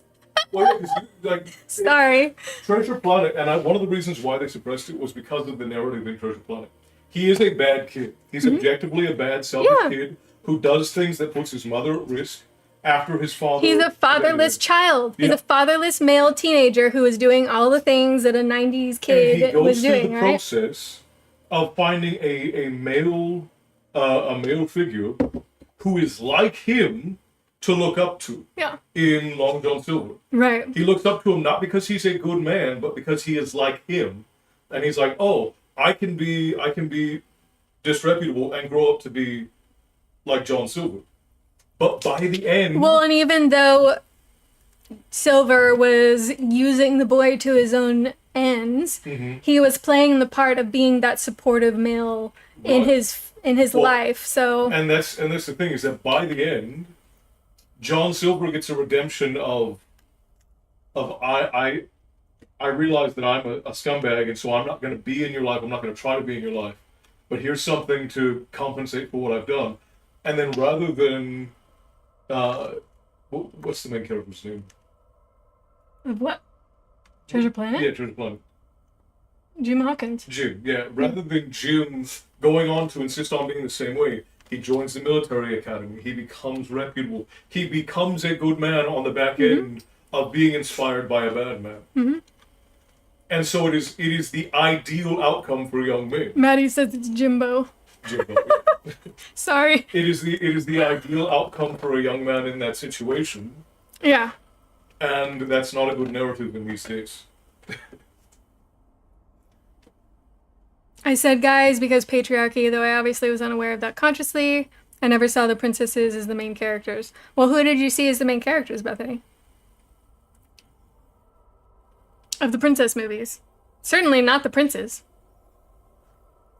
And, even with Aladdin, like, you could argue that the genie was the main character because that's what carried the popularity of that film.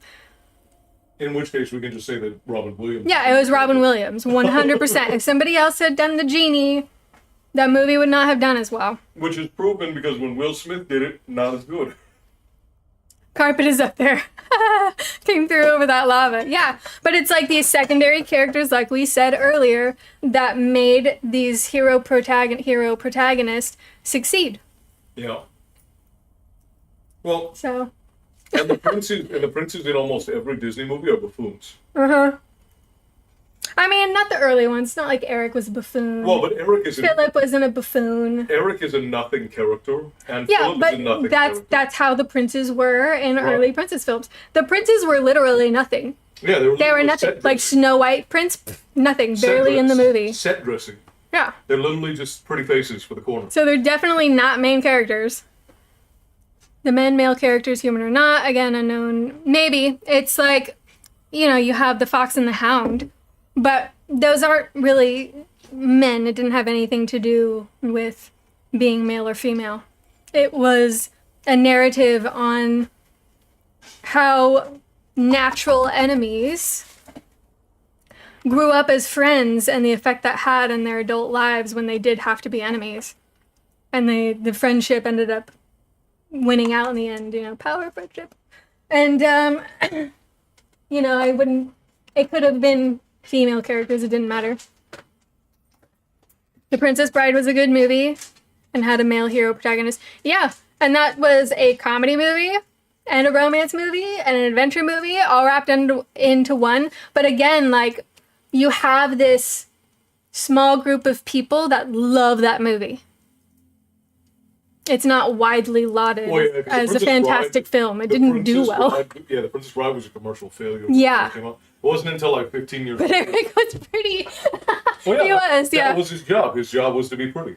I mean, and he saw his girl turn into a fish, and he still went to save her. So kudos to Eric. That's a boy who, if you transform into a worm, He will love got you. onto a boat into the ocean to fight this giant octopus lady. Like, that's certain death. Yeah. That is certain death. You don't win in that scenario. But he did it anyway. So kudos to Eric.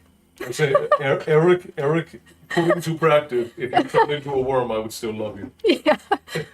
Yeah, The Princess Bride is a cult classic, and that's what I mean. We have this group of people now that love that film because it aged well. But at the time that it came out, it did not do well. Well, yes, it's the same thing like with Treasure Planet. Treasure Planet is a cult classic now, but it did not do well when it first came out. It was a massive commercial failure when it first came out. And again, that was by design. They wanted it to fail. And obviously, like, Miracle Max. Freaking loved that. And you had so many good comedians in that movie that did a good job. Like, it should have done better. You could say Eric was lucky he didn't become a poor, unfortunate soul. 100%. Yeah, no, I get that, Bethany. You just got me on a rant, that's all. Wow. That's why I try to make it clear, like, I'm not trying to poo-poo on what you said. I'm just saying, like, it's interesting that you said that because it sparked this commentary. And I'm just telling you my thoughts on it. That's all. Well, Sorry, I really didn't want that to come off as me disagreeing with you. I'm just, like, I'm looking at some of these titles that are very beloved amongst the masses, and I'm just looking at them. Because we talked about this before, even look at some of the more like modern Disney and Pixar movies that are ruined by the fact that the men are buffoons. Like, oh my God, Brave! Like, I love that Brave, movie, yeah. but oh my God, like the few options she had for husbands, I would have said no to. Yeah. Be like, no, thank you. Brave I'll be a Brave queen is by such myself. a good movie. It's one of the most like culturally significant Disney movies ever made, Disney Pixar movies ever made, because they did a lot of work Yeah. to like build an original mythology out of Scotland. They did a lot of work to like really make the symbolism feel like Scotland. They did research on bows and horses and her hair and the dress. It was so good. Yeah. And then they go and they're like, okay, we're gonna make all of the men wildly incompetent. And the only two people who have any level of confidence are the only two women that are ever on screen. Yeah. And it's like okay, they're the fine. only ones that Yeah. have like a proper head on their shoulders. Like, what the hell? Yeah, and it's like, okay, well that's fine. It's fine that these men are sort of buffoons, but it also means Merida's journey is basically meaningless. Right. Because she's making the only obvious choice. Right, because if the men that were her choices were like actual catches, where you're like, yeah, these men are warriors, they have a good brain in their heads, They're gonna be like great leaders. they're gonna treat me well, Yeah. like that's a choice, right? But then it was like kind of her standing on business of like, I've never met these people, and now you're telling me I have to pick one to marry, and I'm just gonna marry whichever ones does well in these games. Like, Yeah. that's stupid, like, you know. Right. So But it could have been better. It could have been better And if they didn't do that. I think that The Princess and the Frog is probably one of the best examples of Disney doing an adaptation of a story. Yeah, but because even they the took prince was a buffoon in there too. Well, that's what I mean. It's that like they took a mythology and they were like, okay, we're going to adapt this into a different culture, and it's going to be great. I think that's one of the best attempts they've ever made at adaptation. But the prince is a freaking idiot. So like her Nutty. their journey is meaningless Yeah. because he's a moron. Right. He's a buffoon. He's a spoiled buffoon. So, like, her not wanting to be with him in the beginning. His way of working at the restaurant at the end is just to play his little Yeah, yeah. instrument. Like, He's useless. no. He's like completely worthless. So the fact that she ends up with him at And all. then, like the only benefit was that he got her to have fun and not just focus on the responsibilities Right. of life. And like I get that because I did that choice too, but it ended up being not a good choice. So it's just there's no depth. There's no depth. It's very sad. Like there's nothing wrong with having really good female and male characters. Yeah. Like, if Harry Potter had been a daughter instead, it would still be the same. I'd still have the same opinion. It would be a very annoying character who got away with murder, essentially. Didn't murder anybody, but I'm just saying, like, got away with a lot of stuff that should have had some consequences. That's not true. He did murder somebody. Did he? Straight up murder Squirrel in the first movie. Oh, yeah. He may have been a bad guy, but he still killed him. Yeah. It's just...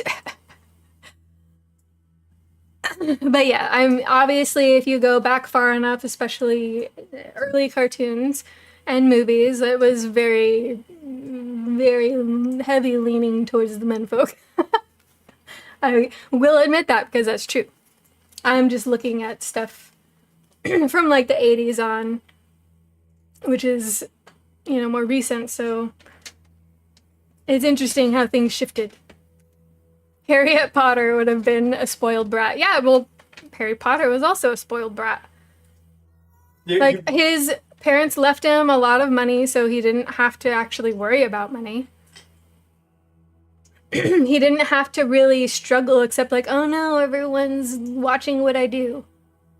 which admittedly is a struggle. Yeah, it is. But the Harry Potter that we get is not indicative of the Harry Potter that we saw. Yeah. Like there are a lot of like misalignments. And I think a part of that is just J.K. Rowling just having like a very poor frame of reference for people outside of herself. Which is possible. I mean, that's gonna be the Which is weakness most for authors. for most every author. We're gonna always be limited by what we know and our perspectives on life, It's right? like George R.R. Martin simultaneously thinking everybody and nobody at the same time wants to have sex with you. Yeah. Again, I could only I give a book about 70 pages. If I'm not feeling it after 70 pages, I will drop it. I don't have the time anymore. And George R.R. Martin was one of those that I had to drop. So, right, I have to see if I can continue reading. You drink water. I did. I drank some. Not enough, because I'm hearing dairy cough from not enough lubrication. Yeah, I don't know. It happened at some point in the 80s where they sort of like made all of the men these incompetent buffoons, That's funny. and most of the women Nick became- Oniji was like, my Cajun self was so happy with Princess and the Frog. Prince Naveen made me bad for being so useless and broke. But it's okay because he's pretty. right. That's the thing, like that's the only really good point that the princes have is they made him pretty. Which, to be fair, that's It how is you it. choose your animals. They're all useless, but they're pretty. That's true. Yeah. But that's because they don't need to be anything more. Well, and at some point in like the 80s, they started making it that all of the men in these shows are like these incompetent buffoons, right? Yeah. And all of these women are like these. I look exhausted even more geniuses. ghostly when I don't put makeup on. Huh? That I look even more ghostly when I don't put makeup on. Because, like, I just don't show on the camera very well. Sorry. I probably look scary. I probably look like Gollum. I could be Gollum. No, but you are so pale, you're basically I transparent. know. Yeah. See, camera makeup is necessary. Oonagh drinking water, that's like me shutting up. That's true, Maddie. I drink some water. I drink some, especially when I'm at work. Like, I drink my coffee and then I make sure I'm drinking water as I work. At home, I don't know why that doesn't stick. Weird. It's because you're waiting for me to bring you coffee and treats. Thank you, Bear. I can be a lovely golem. I kind of live in a cave. I don't really like see a whole lot of sunlight because it's too much for me. You Yeah. crouch over your kitty cat. Yes, I crouch over my panties. Yeah. All right. I'm gonna try to keep reading. I don't know how to work. I do still have all my teeth, thankfully. For now. Maybe when, you know, we'll reconvene in 20 years and we'll see how I look then. Closer to the golem. You also live on an overpowered island with the sun? Yeah. Yeah, I don't love it. Don't I have this ice pack and it's already like almost fully melted. I'm so warm. I need to just like sit in an ice bath while I read. Okay. Alright, where did I leave off? Okay,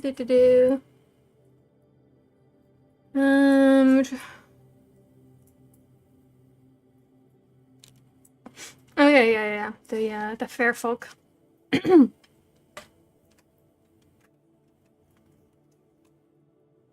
Was that you? Oh, this? Yeah. Yeah, sorry. No, you're fine. I just didn't know what that was. I was like, what is Milo playing with over there?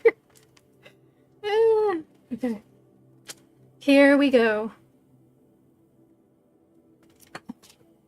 Not yet, the fourth being spoke, and all turned to gaze on him. It was little more than a disturbance of the air, the hint of a shimmering robe, the glow now here, now gone, of a pair of deep shining eyes, the glitter of hair like strands of tiny jewels, moving on the breeze. This must be ended now. Move forward. It was a command not to be refused, a voice of power. But it was not to me these words were spoken. The spell I had cast broke abruptly, shattered by some higher magic. I felt my father's hands on my shoulders, gripping firmly as the Lady Oonagh stepped toward me, a little unsteady on her feet, stretching out her long, predatory fingers. "I will destroy you!" she shrieked, shaking from head to toe, and the menace in her dark eyes were enough to freeze the strongest will. "I will shred you from limb, you little weakling!" Around her are the great lords and ladies of the Tuatha De Danann. Hey! Stop it! Leave my chair alone! Trying to ruin my furniture. My father's hands were strong and warm. In their touch I felt his love. Connor chanted ancient words under his breath. Still the barrier of flame burned, holding back those who might have attempted a foolish intervention with sword or spear. I felt no fear at all as I watched her coming closer, though the venom in her eyes was real and chilling. I felt nothing of the emptiness inside me, and the knowledge of my own power. "This is for you to do, Fanya." Oh, it's not Oonagh, just kidding. "This is for you to do, Fanya," said the Lady of the Forest quietly. "It is meant thus. End the long darkness. Use what you have learned." And so I looked straight into my grandmother's eyes, which were the very reflection of my own, and I spoke the words of a little spell long ago perfected under her tutelage. I had always been good at this. Now the magic flowed through me as strong and sure as in the days of Kerry, the days before ever I rode away from home and learned that love is the cruelest thing of all. And the moment before she changed, I saw the recognition in her eyes, the knowledge of her own defeat, and the terror. "Of all the evil things that you have done," I whispered, "there is one thing, just one, that I can never forgive. But I will not kill you. You can take your chance like the rest of us." Then I clicked my fingers, and the fearsome sorceress became a farmyard chicken, clucking and pecking this way and that at my feet, frightened by the crowd. I clicked my fingers again, and a little snake slid and coiled there, shining, dark as ripe mulberries, darting swift now for escape, until I turned it into a scuttling cockroach, glossy black. Somewhere behind me there was a ruffling of feathers.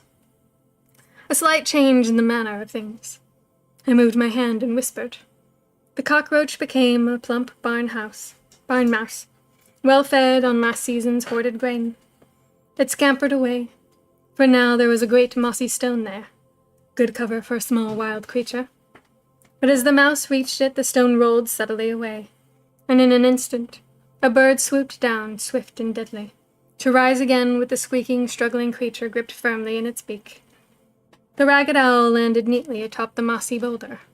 It swallowed once, and all that could be seen of the mouse was a frantically thrashing tail protruding from the beak's end. The owl gave another gulp, and the mouse was gone. Not one of us uttered a word. Oh, we are reading Child of the Prophecy by Juliette Marie. And then every once in a while we will just chat about stuff. Like when Bethany got me on a rant. But we're trying to finish this book up. And my voice is already fading. It's kind of getting a little hoarse and scratchy, but I'm trying to finish it.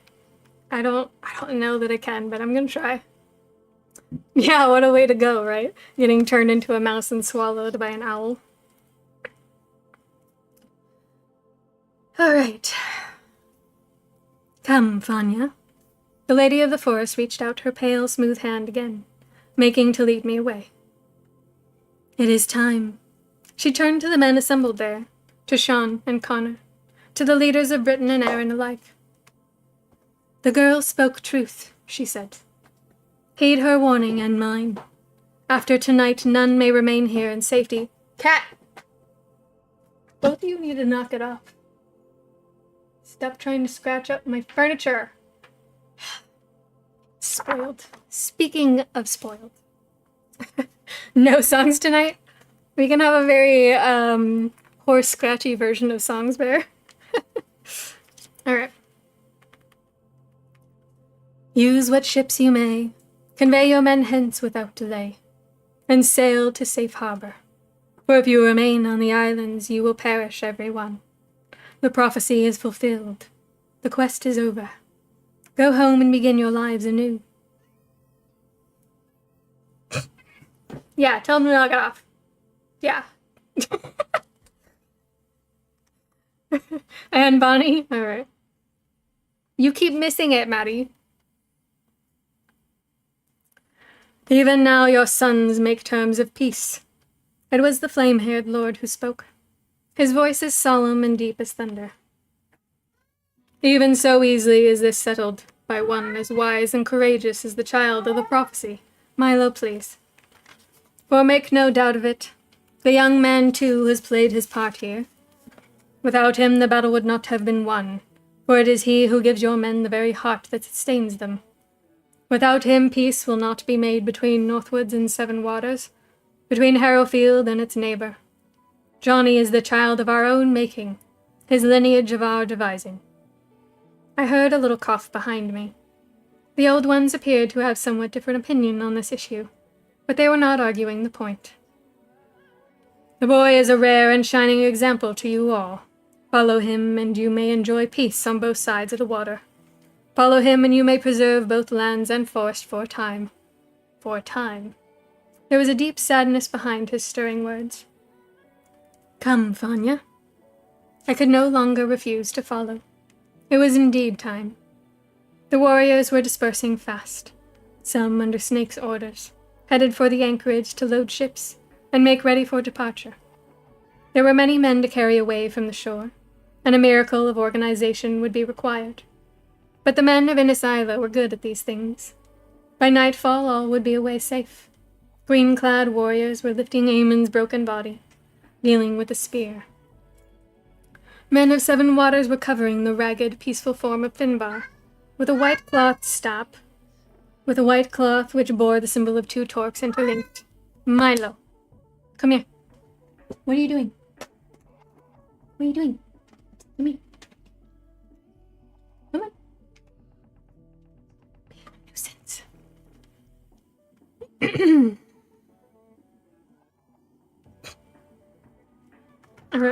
Milo, just come here.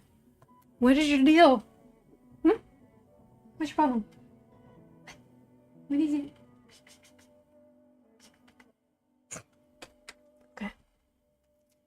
Sorry. I don't know why they get like this when I'm on stream.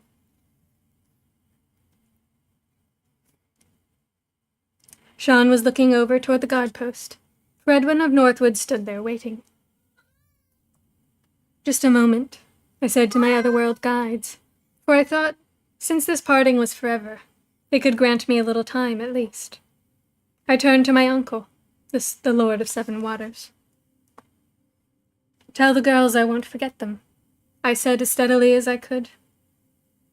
They taught me about family, and a lot of other things.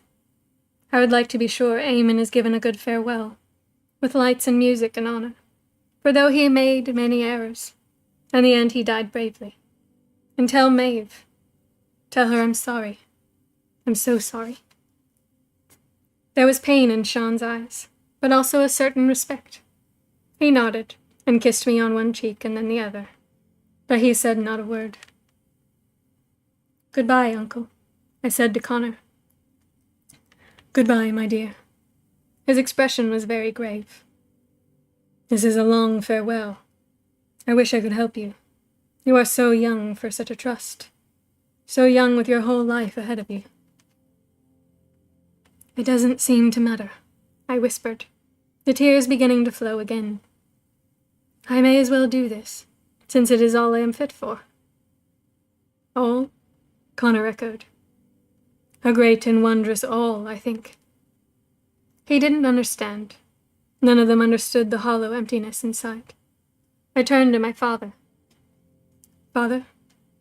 Kjaran looked down at me, his face very pale, his dark eyes still guarded even now.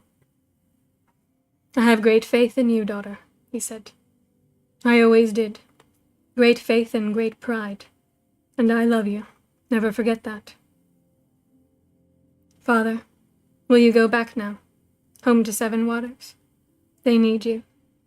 Connor is old and tired.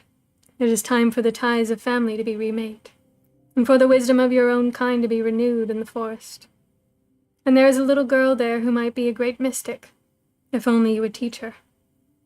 I have done a lot of harm, Father, thinking only to protect those I loved. I wanted to keep you safe, and...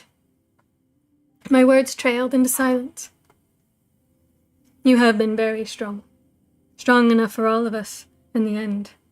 I will consider what you ask. He glanced at the white shrouded form that lay on the ground near our feet. Perhaps it is time at last for these wounds to be healed. Now goodbye, daughter. He bent to kiss me on the brow. May the hand of the goddess rest gently on you. May the sun warm your days, and the moon light your dreams. Goodbye, Father. I hold you in my heart always. But it seemed to me, as the fair folk led me down to the shore where a long, dark boat lay on the pebbles waiting, that my heart was empty now, washed clean of all it had ever held, and that it could never be filled again. It did not seem to matter what was in store for me, how lonely and perilous the task. It did not seem to matter what I was leaving behind. They did not understand that. None of them understood. The old ones had been right. I had cast away my only treasure. I had not known how much I had to lose until it was already gone. Now, by my own choice, I had lost everything. The boat slid away from shore with never a sail or an oar in sight, with never a crewman to guide her on the perilous way to the Needle. Behind me on the shore the fair folk stood watching, grave and silent.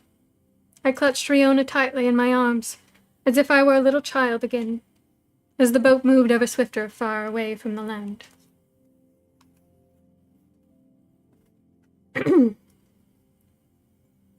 It wasn't fair, I whispered fiercely. Derek was so good. He never did anything wrong, and she killed him. It was all because of me. And Finbar died because of me, because I made him come here. Nobody understands. Nobody knows. They expect me to feel like some sort of a hero, as if I was full of a grand purpose. But there's nothing left in me but emptiness. And it seemed to me I heard the small, silent voice of the doll as I looked into her dark, inscrutable eyes. I know, she said. I whom Neve made with her own 2 hands, stitch by stitch, thread by thread. I know what love is. I looked back toward the shore, where Connor and my father now stood side by side, each raising a hand in salute and farewell. Their figures grew smaller and smaller, and at last could no longer be seen as the little boat surged forward, gripped by the current, dragged over faster toward the treacherous rocks of the Needle. I closed my eyes and gave myself up to what would be. The fair folk travel swifter than the west wind, more subtly than a shadow. They were waiting there, when the boat came through swirling waters to the Needle, and swept into a cavern under the rocks, and stopped abruptly beside a rough-hewn shelf. This formed a jetty of sorts, though that vessel, other than a fairy craft, might make its way to such a strange anchorage, I could not imagine. The lady of the forest extended her hand again, helping me to scramble out, leading me up a set of impossible steps cut into the precipitous rock face. Who could live in such a place? The slightest wind might blow you down to the reefs below, and how could you survive? I saw myself wasting away to a lonely death, on a diet of seaweed and the occasional shellfish prized from the rocks with bleeding fingers. A hermit's life. It was possible, of course.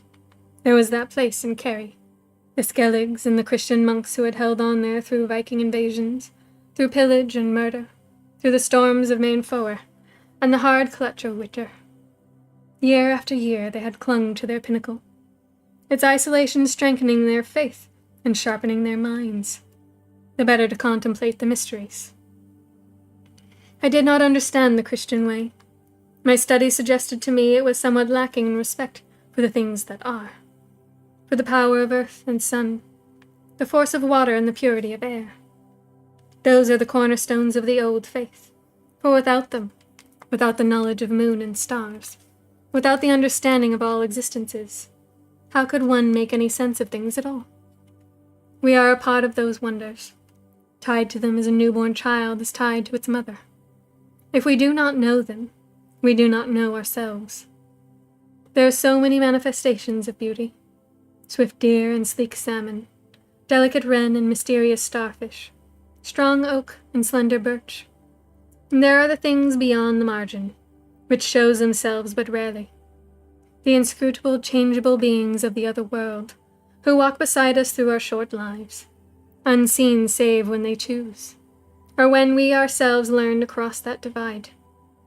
At Samhain, we may see them, or in our dreams and visions, but it is not as it once was, when the old ones walked the land, and the boundaries were scarce visible between the great things that are, and those who are their guardians. As for the human folk, we are a small part in the long way of it, so small. Yet each of us is precious, a jewel of great worth, and each of us is different. The fair folk might not see it that way, I supposed. They could not understand how the loss of a single human life could weigh so heavy, for their thoughts were on the grand scheme of things. My importance lay only in the part I would play for them. We came to the top of the steps. I was breathless and dizzy, for I had eaten nothing since I left Enisela. Here the precipitous surface gave way to a small plateau, sheltered by a natural rock wall. There were rowan bushes growing, thick with both leaves and berries, though it was as yet barely spring. The wind did not batter this small place of shelter. Indeed, there was a strange sense of calm about it, as if it were in some way isolated from the rest of the world, from storm and frost, from the passing of the seasons, perhaps even from time itself. In the center of the open space a spring welled up between flat stones, to pool in a basin of rock before it ran through a narrow channel to the edge, and tumbled away down to the sea far below. A little cup stood by the basin. Either someone lived here, or had done, or the place had been prepared for me. "It is a long time," said the lady of the forest, "since man or woman dwelt in this place. There was a druid once. It is a difficult calling. The Needle has been unattended now since long before the memory of man or woman living, or their fathers, or their fathers' fathers. We came very close to losing all. 7 waters let the islands go. The invaders hacked at the sacred trees and defiled the holy spring. They walked in the caves of truth, but they saw nothing. They understood nothing. The mysteries reveal themselves only to the few, only to those who understand the pattern. If that is so, I asked her, why not just leave things as they are? Why should you need a weak human tool like myself to stay here for you and watch over this place as a sort of caretaker? Doesn't it look after itself? You could keep folk out by magic, couldn't you? Mists, storms, sea monsters. Why would you need the child of the prophecy? The fiery lord appeared by her side. I had noticed a certain flamboyance in his style. He seemed given to sudden showers of sparks and colorful flashes of light. Ah, he said with a grim smile. The explanation lies in the words themselves. A prophecy must be respected. One can help it along a little, but in the end it governs the falling out of things. We have known for a long time that our days were numbered. We have known this prophecy must be fulfilled if we are to have any chance of preserving what is precious to us all. Our age is drawing to its close at last. The old ones fared better for. Weak, crippled breed though they are, they nonetheless possess the wisdom of the earth itself, the ability to blend and go unseen right in the midst of things, and to endure. The Tuatha have different arts. Once we were great indeed, rulers of the realm of Erin, supreme and powerful. We did indeed shine bright. In us was the very embodiment of mystery and wonder, magic and enchantment. But the world changes. In this age of humankind, our places of refuge are few. The Forest of Seven Waters is one of the last, and while Lord Sean rules there, and after him the child, Johnny, we may walk beneath those oaks in safety. The Archdruid is one of the true folk of Seven Waters. He will keep the observances of the old faith, and inspire others. And Ciaran, too, will have his time and his influence. For all he is her son, the man is strong-hearted and has much to give. They will win a season, a year, a lifetime for the forest and its dwellers. But there will come a time soon enough when even that ancient wood will fall to the axe. To grant man his grazing land, his settlements, his towers and walls. He thinks in his ignorance to tame the very earth, to force the very ocean to his will. And so he will lay waste the body of the mother who gave him birth, and will not know what he does. The old ways will be forgotten, Fanya, no matter what we do. A new age begins, an age of darkness in which those who walk the earth are cut off from the very things which give them life. Without you, all will be lost. The being spoke who seemed made only of air and light. All I could see of him were his luminous eyes and the golden threads of his hair. For while the mysteries remain alive in the heart of a single human creature, while the knowledge of our kind dwells there in safety, then we do not pass away forever, but simply wait, dreaming, until the time comes for renewal, for rebirth of the sacred trust, the understanding of the great circle of existence. You must keep these things alive, Fanya, said the watery being, whose long hair waved about her shoulders like delicate strands of pondweed. I thought I saw tiny glittering fishes swimming there, darting in and out of the fronds. This is the trust laid on you. But I began, one quite obvious question springing to my lips. Come, let us show you. The lady of the forest took my hand again, and led me to the rock wall. And now I saw there was an opening there, a mere slit cunningly concealed, so one would think it no more than a slight irregularity of the surface, perhaps only a shadow. Hello, Phil, welcome in. Thank you so much for the heart. We are finishing up Child of the Prophecy by Juliette Marie. You're going to bed, Frost? All right. Sleep well. Thank you for hanging out. We'll see you next time.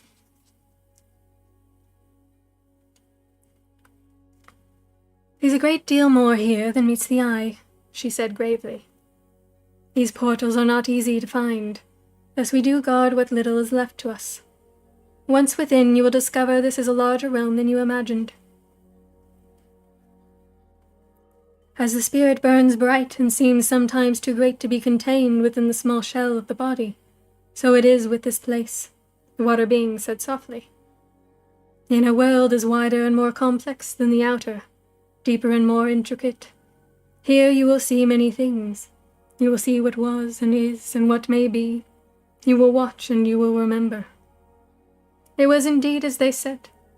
The slit in the rocks gave way to a passage, and the passage to a cavern, greater far in height and width than the narrow plateau outside had indicated was possible. And there were other caves leading off the central chamber, on every side. Through one opening I glimpsed a warm gold lamplight, and a place for sleeping, with pillows and soft linen, and a coverlet which looked like the shaggy pelt of some great wild creature. My eyes widened. Look there, Fanya. The purpose of this central chamber was immediately evident to me, brought up as I had been in the knowledge of the mysteries and the practice of ritual. In the middle was a wide, shallow bowl of bronze, empty now. By it was an ornate jug of similar make, placed on a granite slab. Above these ceremonial vessels, the roof of the cavern arched high, and in the center it was open to the sky. It seemed to me the round hole in the rocks was precisely placed, just as the standing stones in Kerry had each its position and its purpose. This opening showed a tiny patch of blue sky, quite cloudless. It was perhaps midday, perhaps a little later. Tonight I might look above me and see one lovely star, or a velvet darkness profound and quiet. At a certain time of year the rays of the sun would pierce the stone, touching the ritual water beneath with living fire. This was a cavern such as the place Finbar had inhabited alone, far away on Oonagh Island. An ancient place, a safe place. The hand of the goddess stretched over it. Her cradling body supported it. If the old ways were to be preserved, held intact in the memory of a single human mind, the beating of a single human heart, it would be here. But for how long? I opened my mouth to ask the question, and the ocean being waved her strange weed-like hand over the bronze bowl, and it was filled on an instant with clear water. I closed my mouth without speaking. The Lord, who is more airy light than substance, leaned forward and breathed on the water, and its surface came alive with a patchwork of tiny images, bright as summer flowers, moving and changing in a complex, dazzling pattern. "Come, fire child," said the Lord with hair of flame. "We will show you." The lady of the forest took my left hand, and he took my right, and together we looked down into the water. There was so much there, too much. It was jumbled and fragmented, and yet within the intricate movement I could see familiar things, now here, now gone. A fish flapping on the earth, cages opening, creatures fleeing swift, a fire burning, and a man's face contorted in pain. I screwed my eyes shut. "I don't know how to scry," I said tightly. "I'm no good at it. If this is the task you want done, you've got the wrong girl." "Focus," said the lady. "Control," said the fiery lord. "You find this difficult not because you have too little ability, but because you have so much. You must narrow your range, fix on a time, a place, a sequence. Find a pattern and shut out the rest until you need it. Here is the working of all existences, Fanya. Here you can find what was, the endless movement of the stars, the voices of the ancient rocks, the mysteries of the depths of the ocean. You can read the stories of our kind, and your kind, and the other kind as well. You can see what is. Even now your father and the others leave the shores of Greater Island. Even now the Britons ship for home, leaving behind them a promise of peace. The master of the vessel which conveys them is a cousin you have never met, Finton, heir to Harrowfield. There is a bright time ahead for these folk, a brief bright time." "You will see these things," said the lady, "and you will be shown what will be, or what may be. There is a peril in which I am sure you understand. You have been chosen for this, Vanya, because of what you are. There is no barrier for you. There is nothing to prevent your attainment to the highest realms of the craft, if that is what you aspire to. She who told you otherwise lied to you, and to your father. Even then, even when you were but a child, she sensed the power in you, a power in the end far greater than her own. Her error was to believe she could channel it to her will. She underestimated both Kiaran's strength and yours. It is a paradox, for without her blood, the blood of the outcast, you would not be strong enough for this task. The Lady Oonagh was one of us. Her kind are now shadows. Her kind are our shadows, our counterparts who walk by us, keeping the balance. The one cannot exist without the other, and yet we war together eternally. So she has made you strong. You have a deep understanding for one so young. Those skills of which you have not yet the mastery, we will teach you. Oh yes, she raised her brows, smiling at my start of surprise. We will come, from time to time, at least until you are settled in this place. Now look again, choose a single image, and concentrate your mind on that. Make it work for you, block out the rest. I gazed into the pool, remembering small Sybil and her total silent concentration. Hello, Jacob. That's totally fine. Life does get busy, but it's good to see you back. Hang around as long as you can, we appreciate it.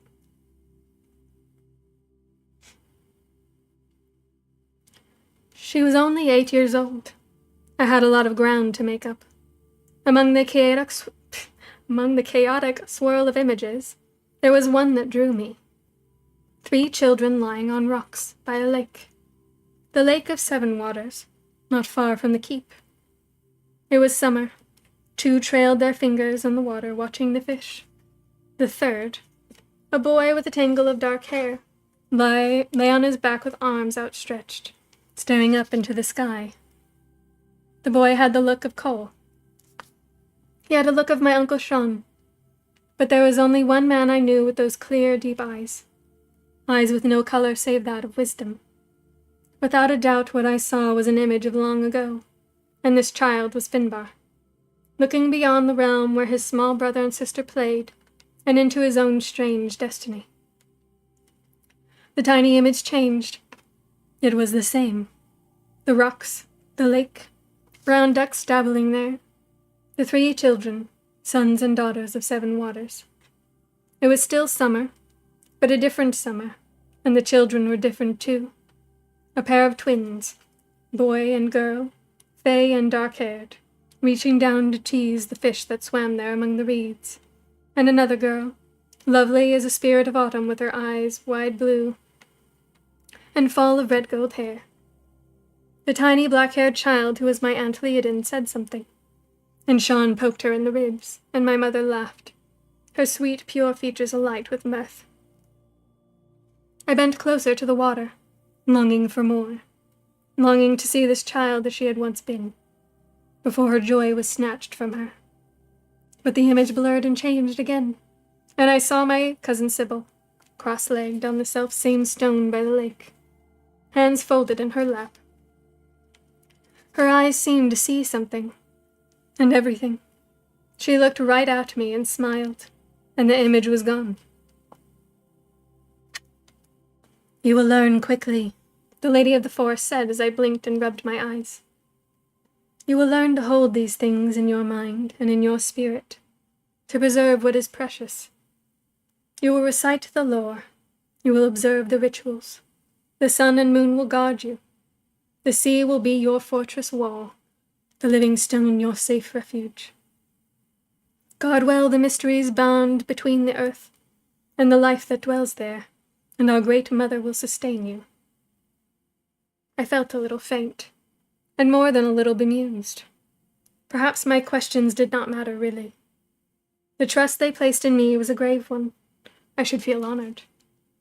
But I did not feel much at all, save the emptiness of the heart, and the cold paths of my tears. You wish to ask us something before we leave you? The Lady of the Forest spoke more gently now. Still, one did not forget what she was.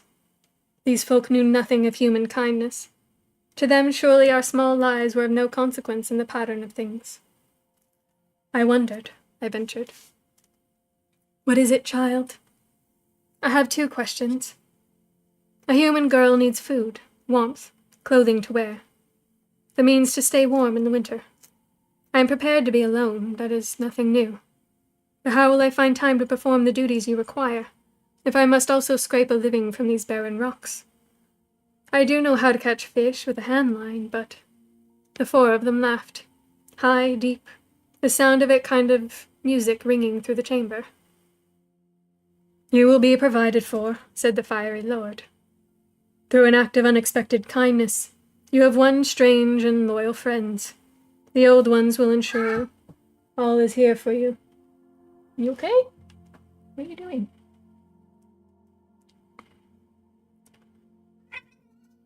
What are you doing? Milo. I think his ear is bothering him.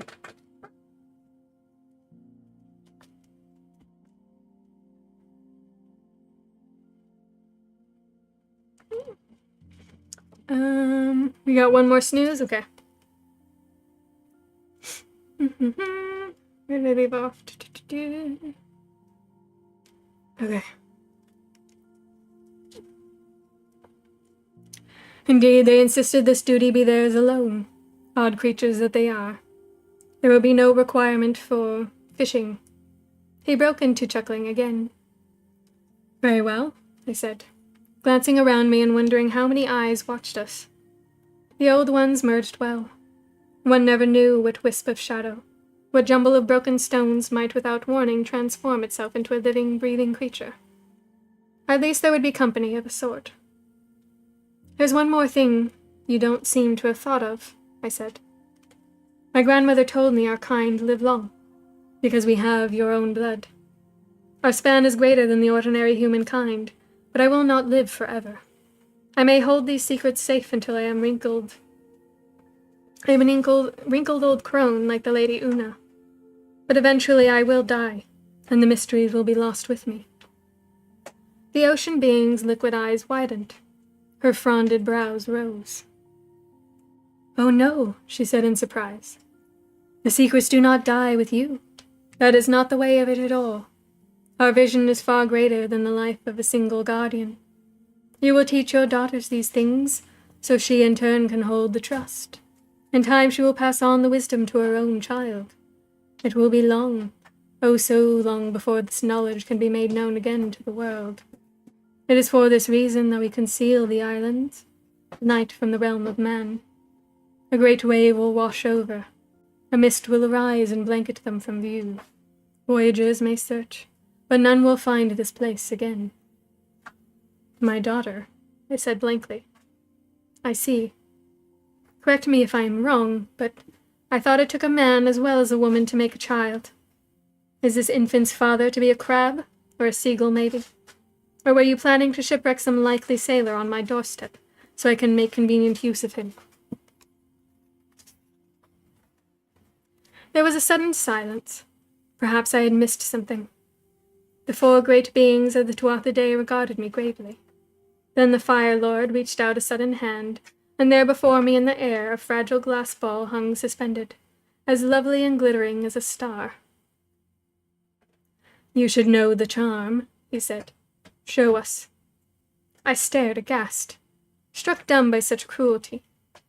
I bit back the words that sprang to my lips. Drop, stop, now gently down. How dared they? How dared they play such tricks? The ball did not smash to the ground. It fell and halted, and hung suspended now a handspan above the rocky surface. But I had worked no spell. The shining orb twinkled in the glow from the Fire Lord's flaming hair. He stooped and took it up in his hand. You see, he said softly, you are not the only one who can perform this feat of magic. Crabs, seagulls, wandering sailors? I think not, said the Lady of the Forest. I think we can do a little better than that. My heart lurched. Terrified that I had misunderstood, I whispered, What do you mean? What kind of father might such a child need, growing up in this place of isolation? She mused. Such a child would need to be resourceful, and merry, and wise.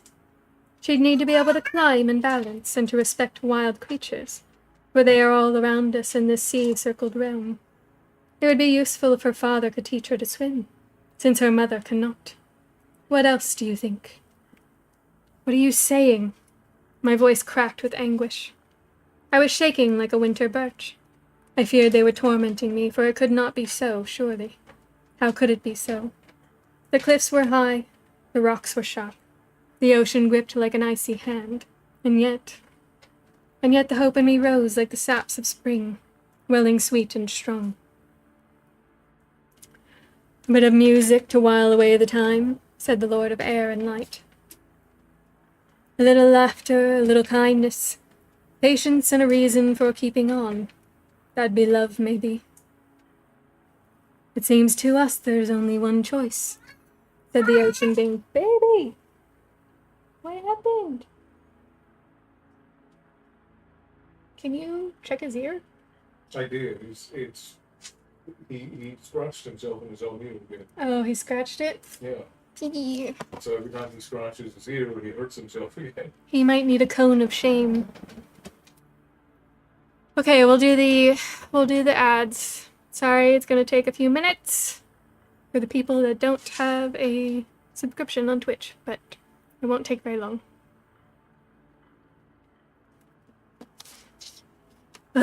Right.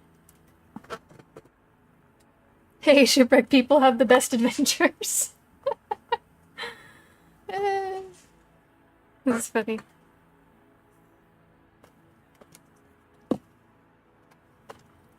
I don't know if they have the best because some of them can survive a while, but there's a lot that don't.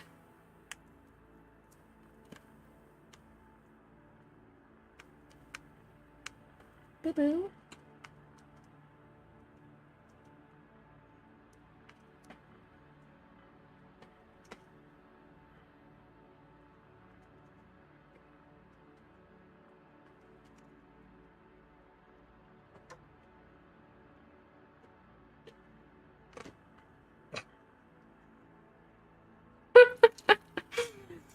That's funny.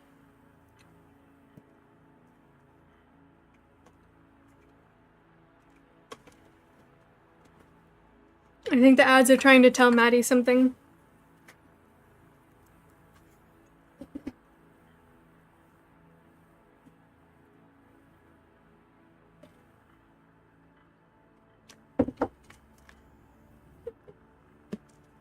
That's funny. It says there's still a minute and a half of ads.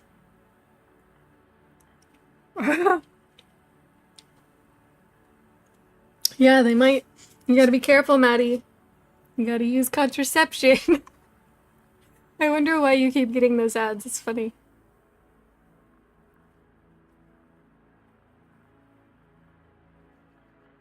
You got Spider-Man? I don't see the ad, so I have no idea. That's funny, though.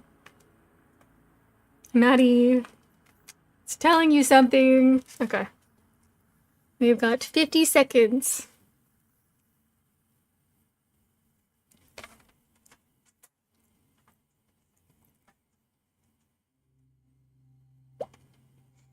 So if I used this all the time, my wrist would probably break. This thing's so big. Mm-hmm. Yep.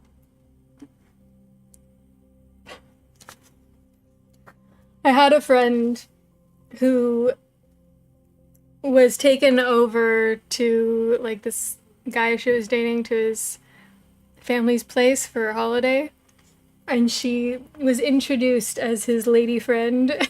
It's like, oh, that's terrible. Do not ever do that. If you are dating somebody, don't tell your family that it's your lady friend. Just FYI, doesn't go over well. It's dangerous to go alone. Here, take this. Yeah, it's very important. It's very, very important. Okay, ads are done. Here we go.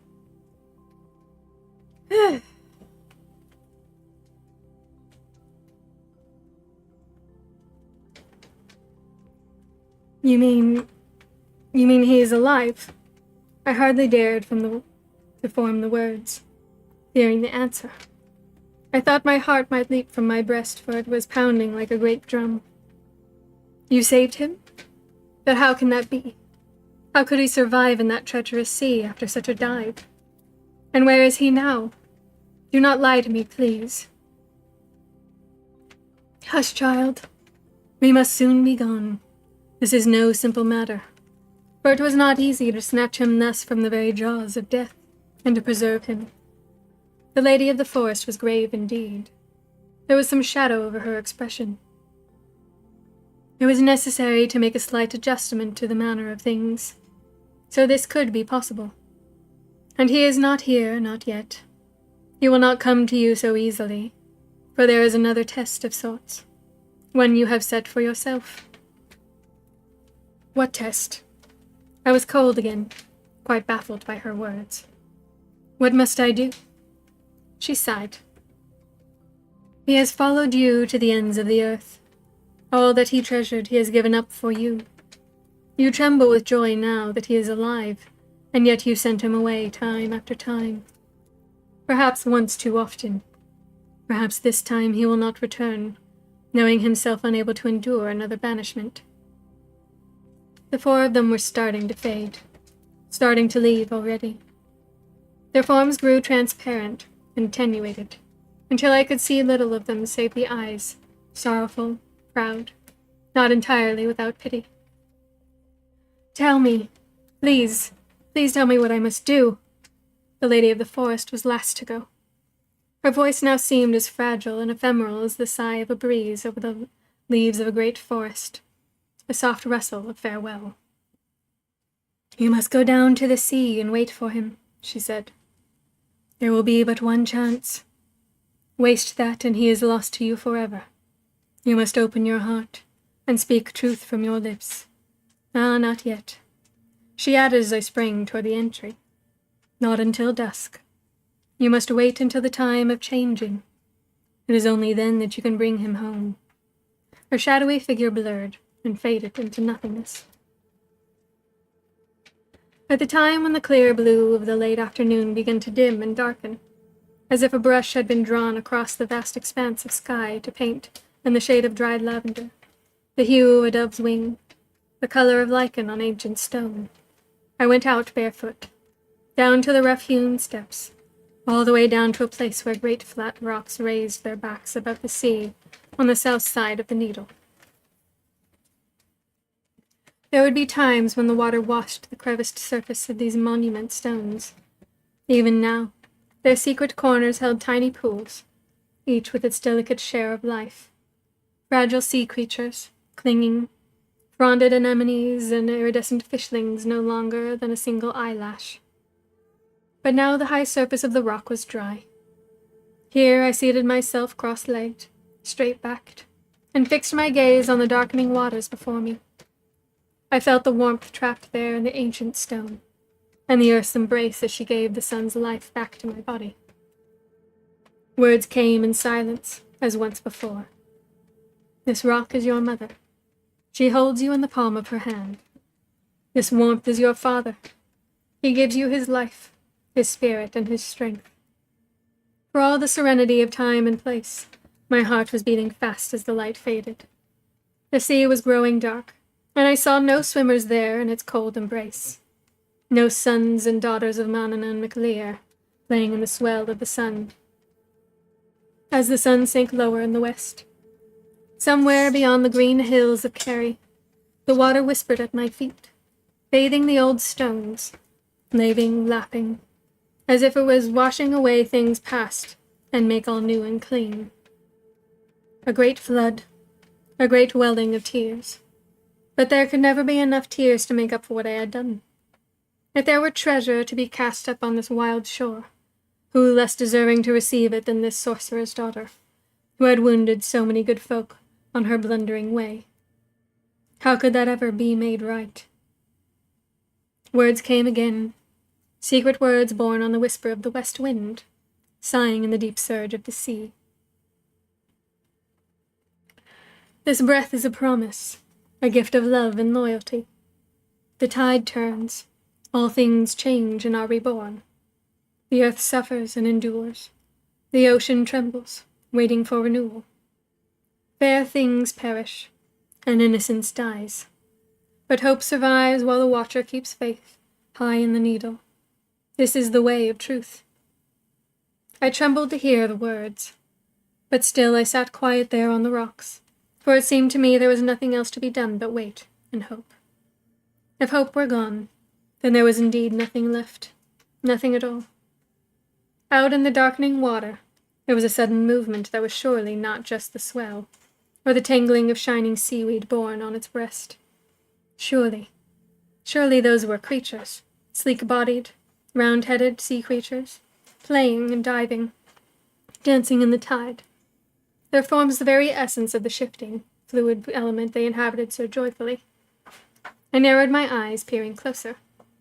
Yes, they were selkies. 5 or 6 of them moving and circling some way offshore. From time to time they would raise their heads from the water, the dark skins slickly gleaming in the last light, and fix their liquid plaintive eyes on me where I sat perched on the rocks of the Needle. Surely they would come closer. Surely here, where the stones sloped quite gently to the water, a selkie could slip ashore and... But they did not come in. And now the sun was sinking below the horizon, away in the west, and it was almost dusk. This would be my punishment, perhaps, for daring to hope that, after all, I might be granted such a wondrous gift, to hold in my arms once more what I loved best, and had thought lost forever. This was my doom for daring to believe, even for a moment, that the goddess might think me deserving of such kindness.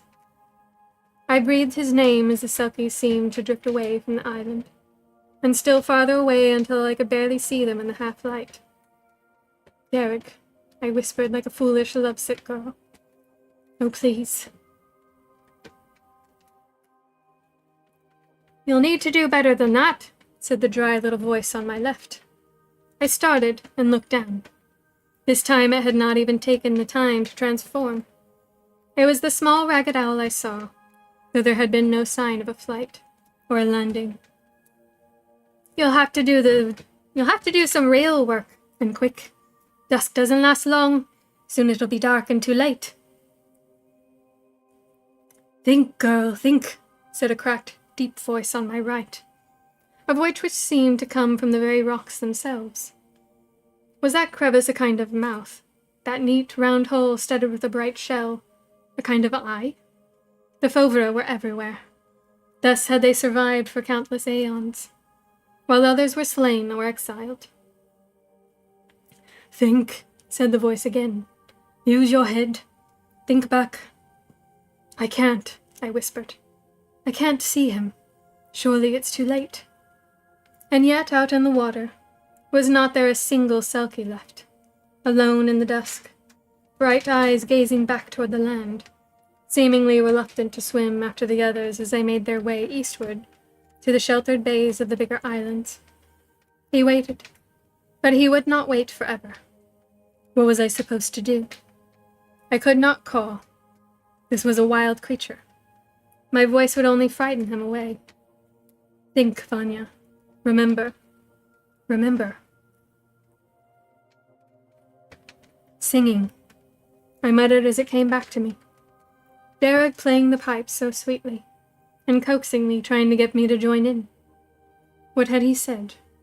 Something about seals, that was it. "I bet you could sing fit to call the seals up out of the ocean if you tried," he'd said. The goddess help me. How could I sing this wonderful creature to the shore? I, with my cracked and weeping voice that was like the cry of some small, lost marsh creature, croaking alone in the reeds. I looked into the dark liquid eyes of the selkie, and he gazed back at me. And I knew this was exactly what I must do. That mine was the only voice that could sing him home. For, choked and broken as it was it not the voice of love? "Hurry up, then," urged the owl creature. "Too late when it's dark." And indeed, out in the sea, the selkie turned his head to look after the others, and turned back to look at me. So I took a deep breath and began to sing. My voice was weak and tuneless, a little thread of sound snatched away by the west wind. Surely a song too small to carry as far as the creature that bobbed there in the swell. He was watching me. "Good," said the owl creature with patent untruth. "More," encouraged the rock being. "More. Louder. He hears you, quick now." It seemed he did hear me, for he swam closer, and I imagined I saw something like recognition in those strange eyes. Dark, sorrowful eyes with the wildness of the ocean in them. I began again. The warmth of the great stones flowed into me. The west wind gave me breath. The voice of the sea lent a deep counterpoint to the halting flow of my melody. I sang on as the light faded, and the water grew ink-dark. As the shadows stretched out their long hands over me, and the sky turned to the deep violet of dusk. My voice was a pathetic shred of ill-formed sound in the vast expanse of this remote place, my tune unformed, my words halting. But I made my song from the depths of my heart, and I poured into it all the love and longing I had held hidden there. All the things I had never told him, because I could not. I sang to him now. I sang on into the dusk, waiting for the time of changing. The last light faded. At my feet, close by the margin of sea and land, the Selkie waited. Smooth dark head barely visible above the water, a round eyes fixed on mine. My song drew to a halting close. I reached down my hand as dusk turned to dark, and my fingers gripped the strong hand of a man. I pulled with all of my strength, as tears began to flood my cheeks anew, and at last, there on the rocks beside me, sprawled shivering in the first dim light of a rising moon, was my dear one, soaking wet, shivering from head to toe and without a stitch of clothing on him. I put my 2 arms around him, as I crouched there by his side, and wondered why I had ever doubted he would come back to me. Had he not always been the truest of friends? "I'm sorry," I whispered. "I'm sorry, Derek. I'm so sorry I've done this to you." He blinked, and turned his head this way and that, as if he were not quite sure which one he was, seal or man. Perhaps, if the tales were to be believed, from now on he would never be quite one or the other. He was shivering so hard I felt the spasms through my own body where I held him. I reached to unfasten my shawl, thinking to put it around him. "I'm sorry," I said again through tears of joy and pain. Derek rose cautiously to his feet. His body was very pale in the moonlight, pale and naked and quite beautiful. I swallowed. "It is possible to live here," I went on, wanting him to speak, yet fearing it too, for I had laid my heart open, and now I began to wonder if that had been very foolish. After all, he had turned his back on me once before, when I had longed to feel his touch. "There is food and water, and shelter, but it is not much. We cannot leave this place, I'm sorry. Because of me you have lost all that you might have had." Derek looked at me in the half-dark. "You always said you couldn't sing," he observed through chattering teeth. "I'd dearly like to hear that song again. Loveliest tune I ever heard, that was. Would you sing it to me one more time, if I asked nicely?" I felt a blush rise to my face. "I might," I said. "Right now we have to find some way of warming you up, before you freeze to death." "I could think of 1 or 2, said Derek, himself blushing fiercely as he spoke. He reached out his arms to me, and I wrapped him in mine. Never mind the lack of tunic or trousers, or a scrap of anything at all, and I felt the steady beat of his heart against my body. Such healing for the wounded spirit, I thought I might die with the sweetness of it. "Derek," I said, "there's nothing for you here. Nothing at all but me and the seabirds and the weather. It's no sort of life for you." All the same, I held on tight to what I had. I understood now that some things were too precious to let go. "All I ever wanted was you by my side, and the road ahead of us," said Derek. "I'm well content with that." "Not much of a road," I said. feeling the flood of longing begin to flow through my body, feeling the need to be closer still rising fast in me, near overwhelming. A great adventure. Derek's voice was soft against my hair. That's what it is. Another deep shudder went through his body, and I made myself step away. Tell me something, I said. That night, on Innis Ava, when you played the pipes and upset me, why did you turn away from me? Why wouldn't you say goodbye with a kiss or a hug, or some little thing? I thought. Silly girl, Derek said gently. You never saw it, did you? You never saw how much I loved you and longed for you, so that I couldn't trust myself to touch, knowing if I started I couldn't stop. And I might do something that would frighten you away forever. It gets to a lad like that, Curly, the wanting, even now. He glanced down at his naked body, and then up again. Even so cold, you see. He gave a helpless sort of grin. Come then, I said shakily, reaching out my hand to him. Let us waste no more time. And together the two of us began the long climb upward to warmth and shelter, to a life reborn. For it seemed his destiny was to be mine, and mine his, here in this place of the margins. This place where earth and fire, air and water, so sweetly and mysteriously met and parted and met again in their eternal dance. Whew! Alright, that was the last chapter.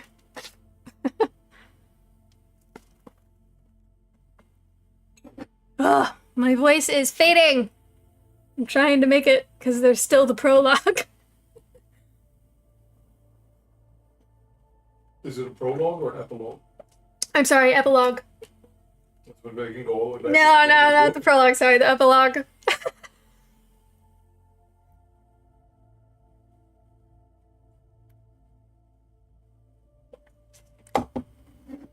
And hello, Dave Day.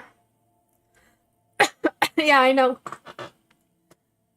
Hard to think when I'm just trying to make my throat work. Okay, I need a break.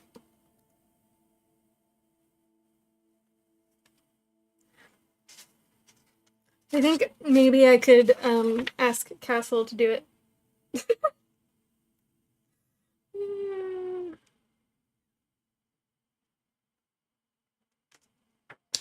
I can do it if I just take a little bit of a break. There's only 3 pages.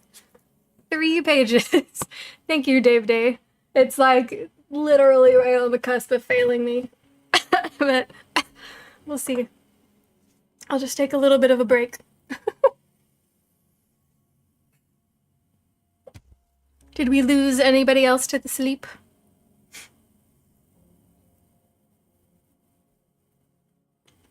Is Bethany still here? I know she was sad about Finbar. Whew. Oh, there you are. The irony for the fair folk. If they had stayed out of it, the connection between the humans and magic might have lasted longer. It's possible. It's possible. Like, every being, even the supernatural ones, are bound to have their own hubris. I mean, we don't have time for 2-hour waffles without syrup. Yeah. You're still here, Clifford? That's good. Ah. Alright, more water.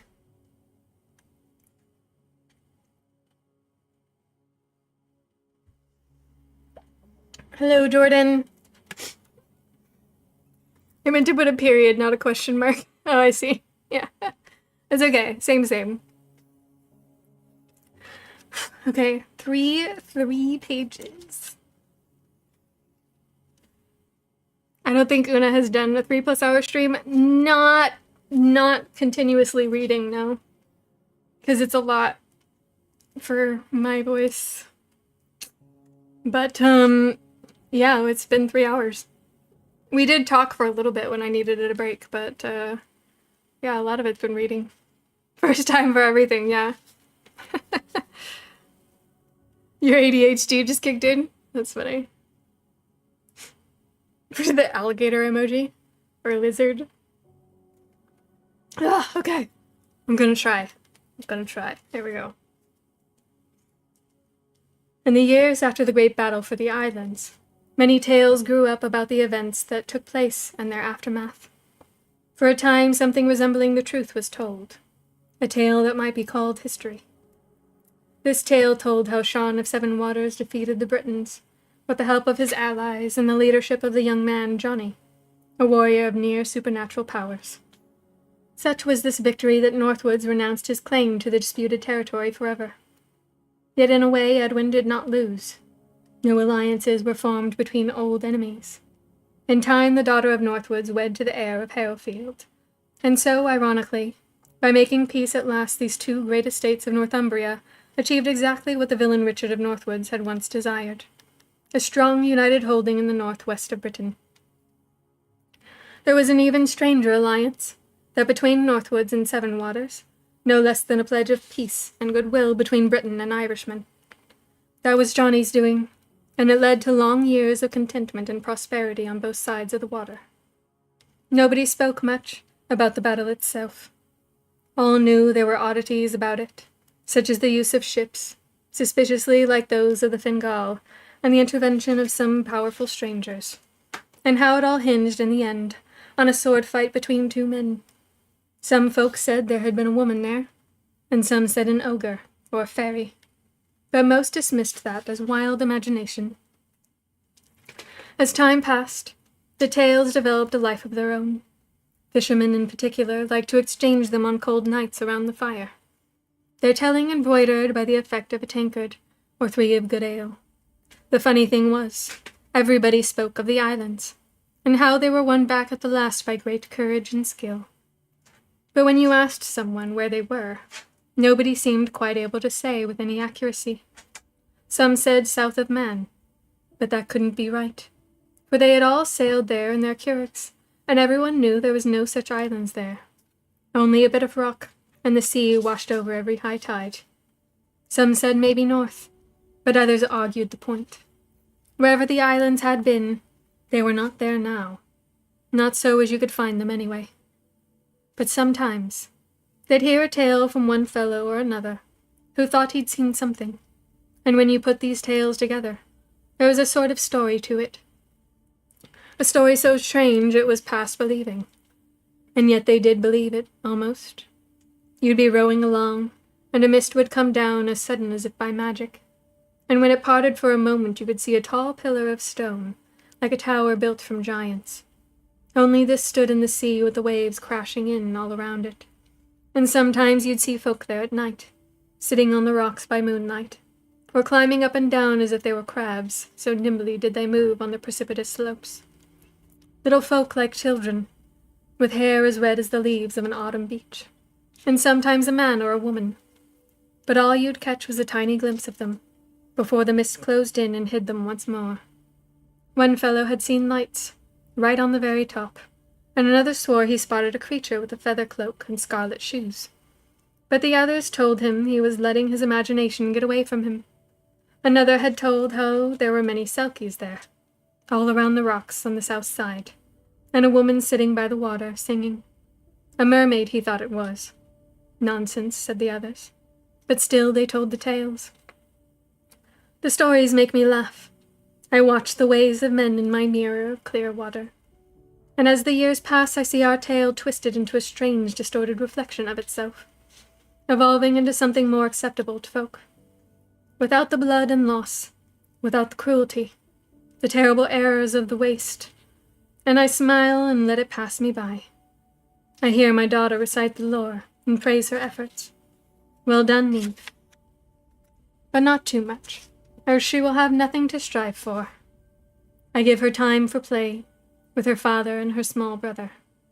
They laugh and sing, and tell tales as they sit in the sun under the rowans. They make whistles of whalebone, and invent new names for fish and birds and scuttling rock creature. They see no strangeness in Foveder folk. Danny may choose to leave us when he is grown, but we think he will stay. He has two homes here, the sea and the land, and he revels in the freedom of one and welcomes the warmth of the other.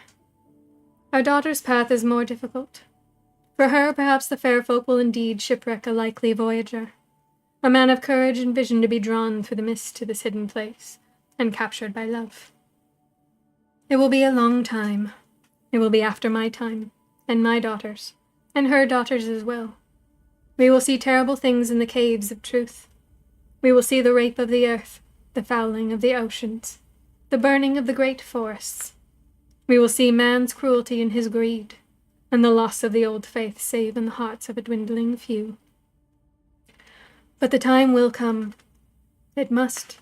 Have not the fair folk said so themselves? Wisdom will prevail at the last, when the world is all but lost, and man will find his bond with the earth, his mother once more. This is a great and solemn trust, and we will fulfill it faithfully.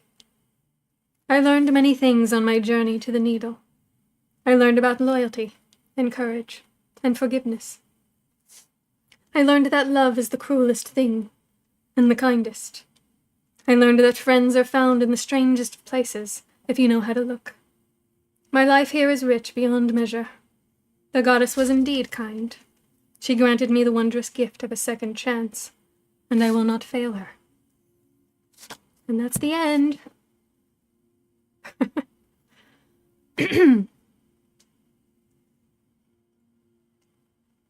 All right, we finished the trilogy, you guys. We made it.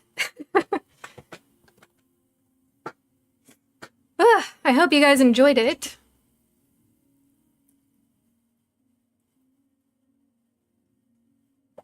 And we're gonna have to decide what we start next week. Obviously, Castle will still be on Tuesday and Thursday, but if you want me to keep reading to you on Sundays, we're gonna have to pick something. Oh my god, no, Maddie. Stop. Stop. No. I'm not gonna read 50 Shades of Grey. Get out of here. Like, I remember when it was, like, it first came out and it was super popular. And I was like, what is the hype about all this? And I opened it up to just, like, read a page. It is awful. It is terrible. I know you're joking. I'm just saying it's a terrible book. It's not, like, aside from the content of it, it's not written well. Thank you, Bear, for the biddies. I didn't even sing. It's cursed literature. Yeah. It's so bad. It's so bad. Like Twilight was bad enough, right? Like, it had its charms. Like, the dialogue was charming in the books. But I didn't even read the third one because it just got so bad. And then somebody makes a fan fiction of it and it turns into 50 Shades of Grey. Like, obviously it was going to be terrible.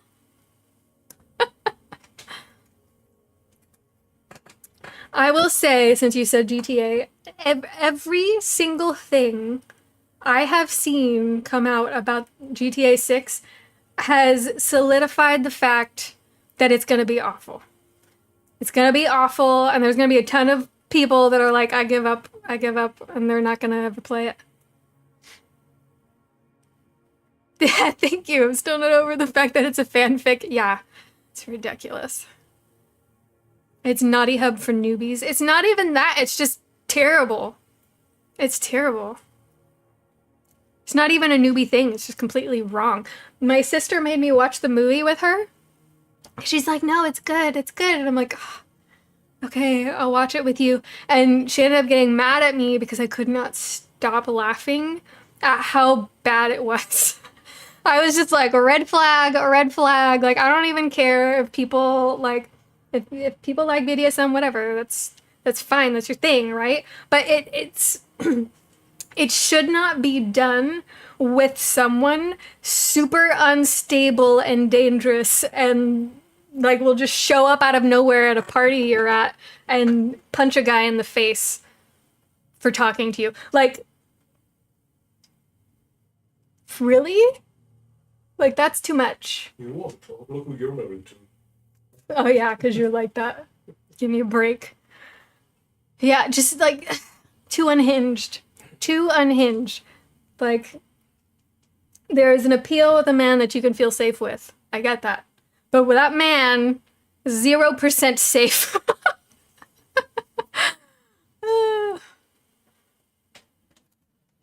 One of my exes watched it in theater. She said there was one guy in there doing exactly what you think. Oh my god, no.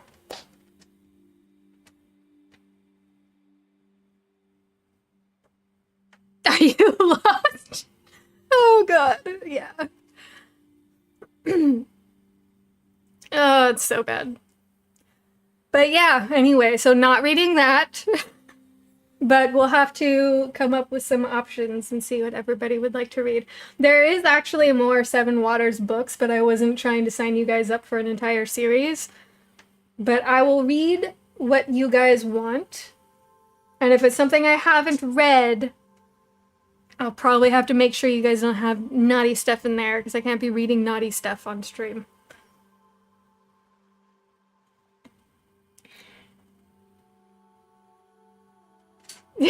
Yeah, there is more. There is more.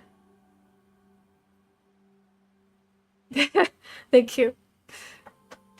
Now, if he was a hick, that would be a very different movie. Oh my god. Maddie, we're not going to start talking about Deliverance, okay?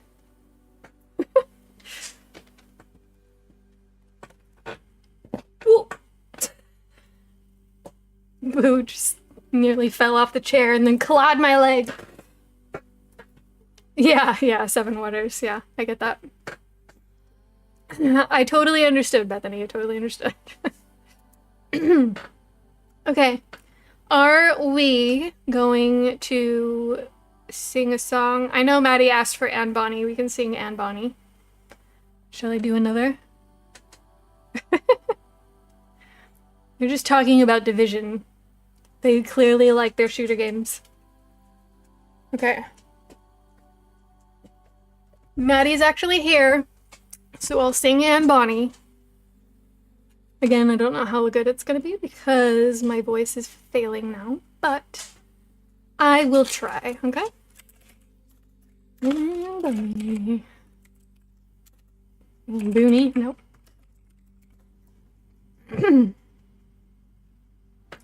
That's a lot of Funko Pops, Clifford. Almost 100. It's like today's Beanie Baby. How about my Immortal? It'll weed out the poser emos. Isn't that a song or something? Or just Immortal by Evanescence? I don't remember. Might I request Akatar? I request with all seriousness of a dog claiming it won't chase a ball. That's hilarious, Maddie. I do have the first book. As I said, 50 Shades is a master guide for what BDSM is not. Yeah. It's a horrible Harry Potter fanfic. Don't read it. Is it? That's hilarious. Don't stop it. You guys are messing with me. Twitch may suck, but it's actually been the best option for the community as a whole during our streams. Like, that's where it's, if people want to actually talk to everyone, that's where everyone's chatting, so. Funko Bo Bunko. V5 Fo Funko. Fo Tunko. And she pops my joke. Yep, there we go. Pokemon Battle World. If we're deciding a new book to read, may I suggest Wings of Fire? Isn't that like a kid's book?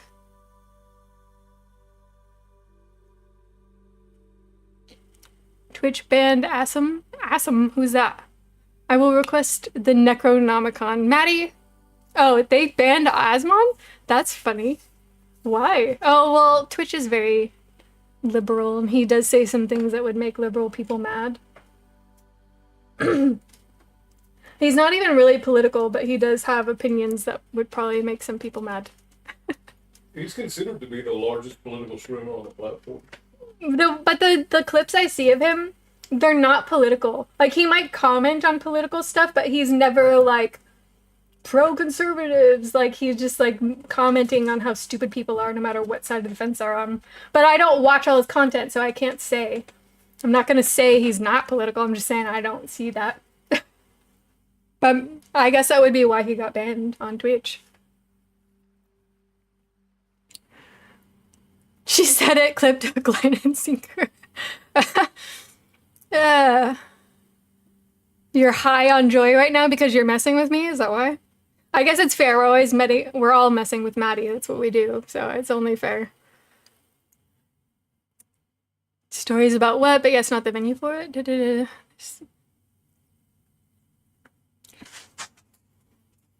Oh, The Legend of Driss. I think that was on the docket for Castle possibly reading. Yeah. I kind of figured you guys would want me to read the stuff that was with female protags. But it doesn't have to be. Whatever you guys want, I guess. Oh, your lady friend got me happy. I just told you, when you are dating somebody, do not call them your lady friend. Stop that. They will not like that. My vote is for more Seven Waters. You can make suggestions in Discord of what you like, and then we'll do a poll. So you guys can just try it. Ban this guy. Yeah. Female protags, does Asuka count? Now you want me to read Star Wars? I have made certain things for certain people. What does that mean, Bear? Do I want to know? You guys still talking about 50 Shades of Grey?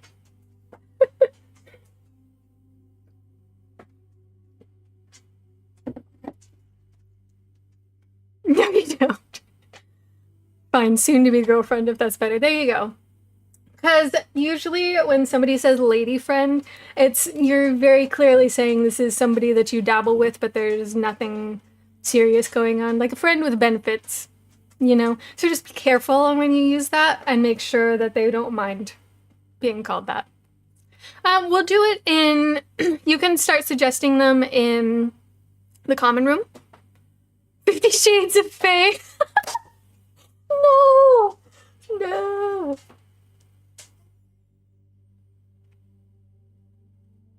Yeah. You can do that one. No. Oh god, you guys. Lady friend is what Aaron called her. Yeah.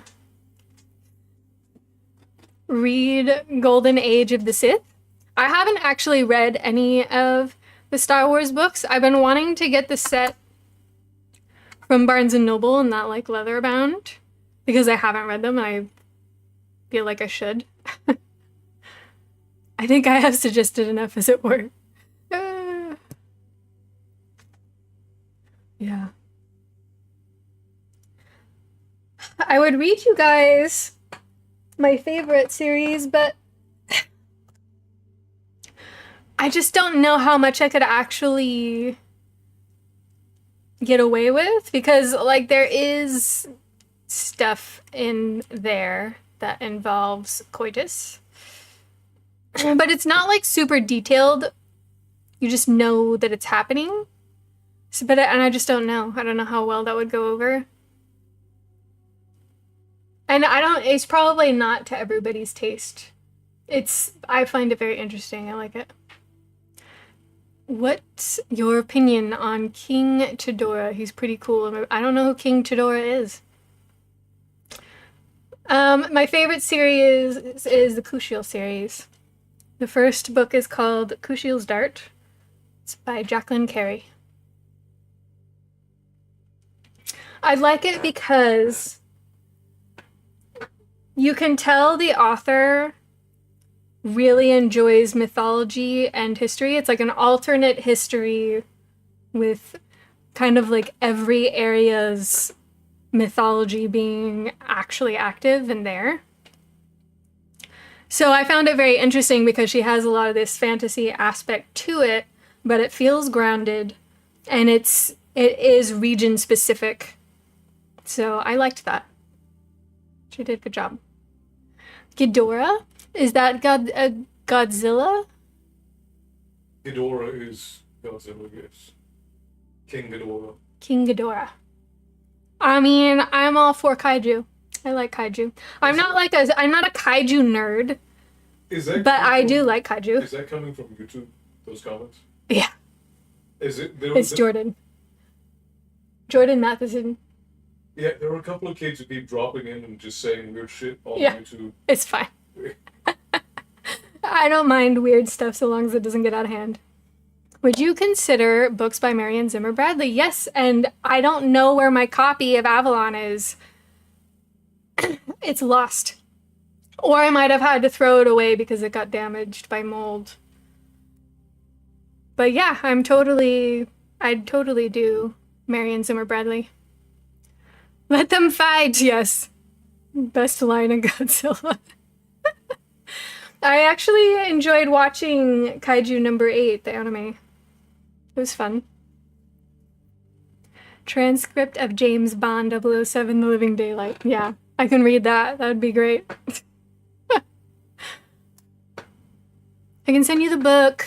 I miffed since it's not canon, but written as canon. Tales of the Jedi wrote it. Interesting. You are getting close to the naughty corner? They're just being silly. It's okay. It's not a big deal.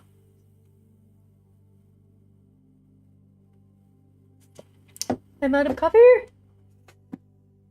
You need more. I do need more. You don't have to get it for me. I can wait. I don't want to be spoiled rotten. Too late.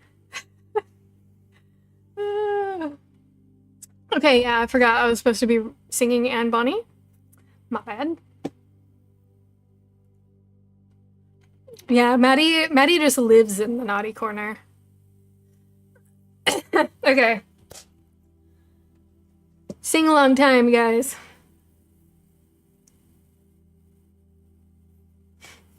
Castle Demon Slayer Infinity Castle is coming to streaming on the 28th. If you don't want to do Crunchyroll, you can buy it on Prime Video. Oh, We have Crunchyroll. Oh, we haven't watched Infinity Castle yet. We have not. There are some Magic the Gathering novels out there. There are. Yeah.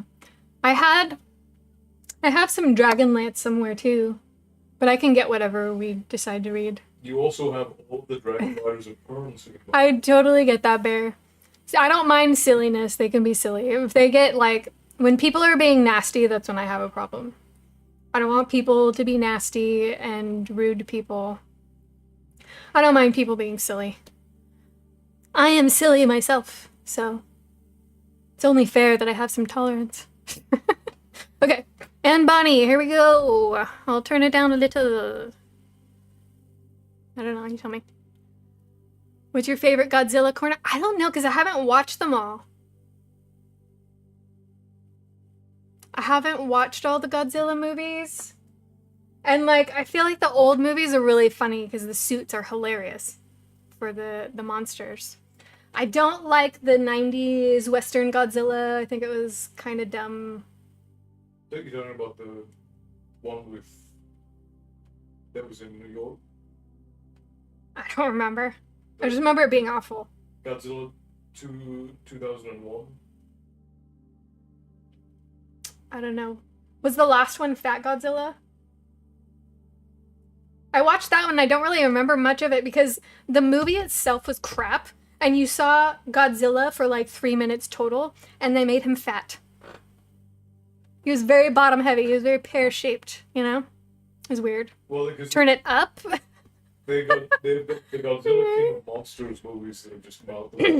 Had like King Kong and stuff in them. Oh, I don't know. And Mechagodzilla. It's too quiet. Okay. All right. I'm sorry. Is it fine now? Is it okay? I might be a little loud when I Pam Bondi. Yeah, she is the best kaiju ever.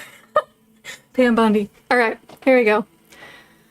Oh, I'll tell you a tale of a pirate queen, a she-wolf who reigned the Caribbean Sea, with a pistol ready and a cutlass keen, the villainous, infamous Anne Bonny.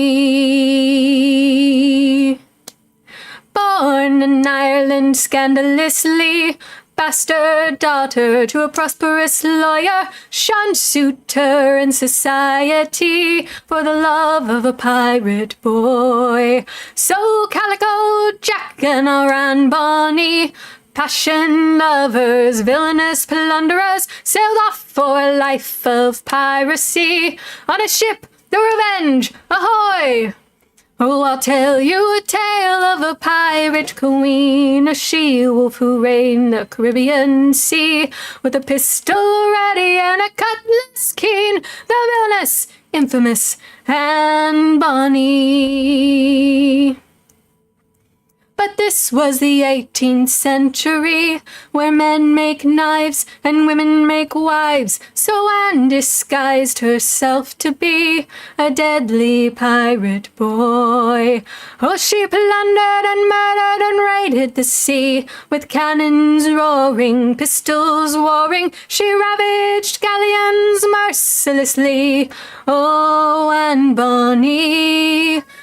Then a fellow pirate caught a glance, her naked chest, a woman's breast. So she drew her cutlass and took a stand to be Anne the pirate queen.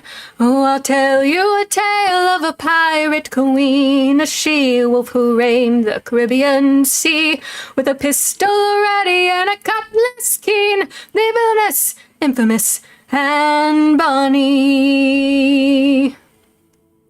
And that's when Anne met Mary Read, a pirate siren, female tyrant. Together they terrorized the sea, a buccaneering team. Oh, they plundered and murdered and raided the sea, with cannons roaring, pistols warring. They ravaged galleons mercilessly, Anne and Mary Read. On October 1720, gold they struck, so the boys got drunk. An easy opportunity for a ship of British Marines. Anne and Mary fought alone, with cutlass flying, pistols firing. They fought hard for their ocean throne, but lost their victory. And so the crew were captured, thrown in prison, death by hanging. But Anne Bonny was pardoned, for her belly held a child. So she paid her Jack a visit, and this she said, with no tears shed: "If you had fought like a man, you wouldn't be about to die like a dog." Then she turned on her heel and walked out the door and vanished into legend. Oh, I'll tell you a tale of a pirate queen, a she-wolf who reigned the Caribbean Sea, with a pistol ready and a cutlass keen, the villainous, infamous Anne Bonny. Okay, we made it. We made it. I didn't destroy the song. All right. Shall there be another? Or are we finished? Are you guys tired? I know it's late. We've been on for 3 hours and 45 minutes. So I know it's late for some of y'all. But I am at your mercy, whatever you want to do. You tell me.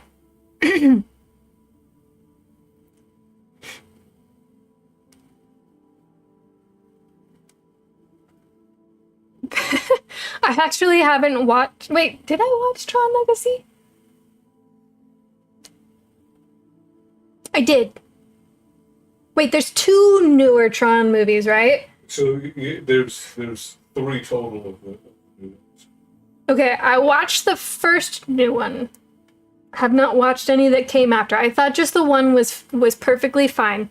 It was nice. It was reminiscent of the older one. It was like a passing on to the new generation. I was totally fine with that. I did not watch the others. I Imagine Mercy, yes.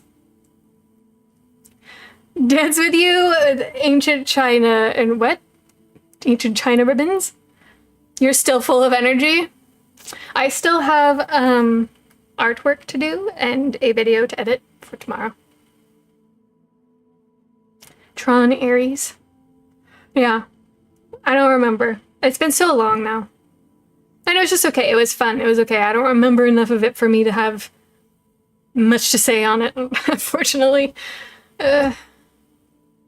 Is the artwork what I think or no? It's for the video series we're doing right now, Maddie. I am working on yours as well, but I decided, because I'm crazy, that I will draw the creatures that are in our video series right now. It's the Story World Cup. And the first video is Ireland versus Japan, and the theme was creatures that whisk you away. So it was the Irish Changeling versus the Japanese Kamikakushi, which is more of a concept, but I still drew it. But it's basically the concept of being spirited away in Japan, because spirits or yokai will steal you away, and then changeling will replace someone's child. And this is on all of the platforms that have short videos: YouTube, TikTok, Facebook, and Instagram, and Snapchat. So you actually decide to vote on it, on which one's more scary. So it sounds like the first video, the one that's winning, is Ireland. And the second video just came out a couple hours ago. And it's the Norway Kraken versus the Scotland Kelpie. So I'm drawing them because I'm crazy, Maddie. So I have been doing that every day. I make a couple pieces of art for it and edit the video so it can be ready for the next day. I want to pet the Kelpie. I know.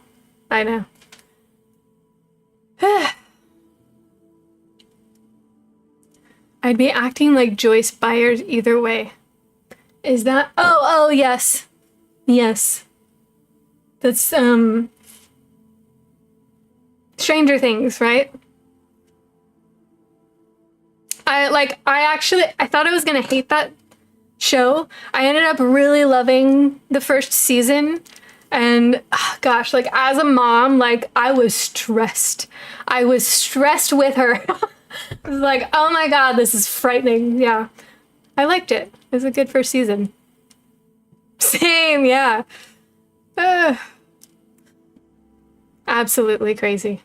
I haven't watched the last season. It's kind of like most shows. They start off really strong and then they just like slowly get worse and worse. It's a sad thing that happens, but I do like the concept of Stranger Things. I've found at least a few of this season to be very interesting. For the second one, I'd say the Kraken wins.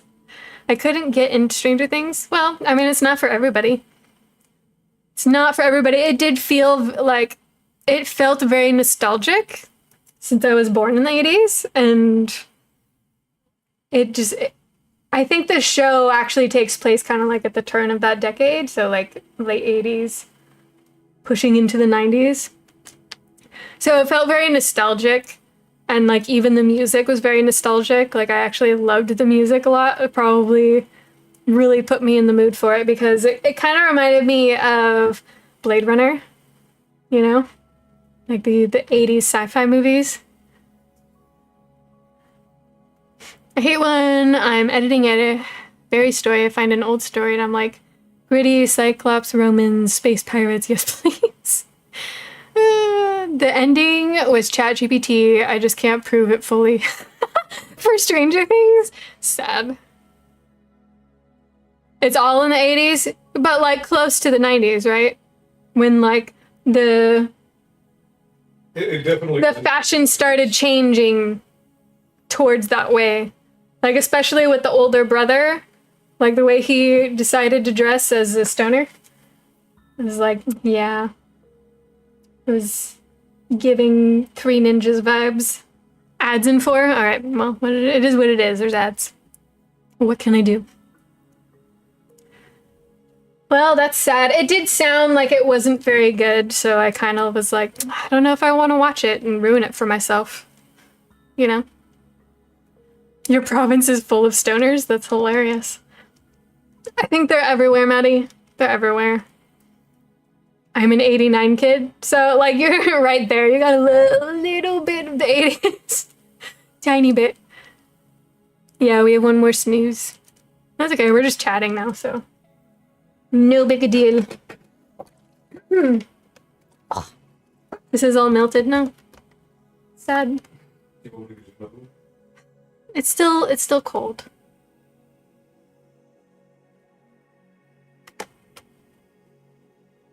maybe 1987 is the latest into the 80s as it goes. Yeah. I don't know. It just had the vibe.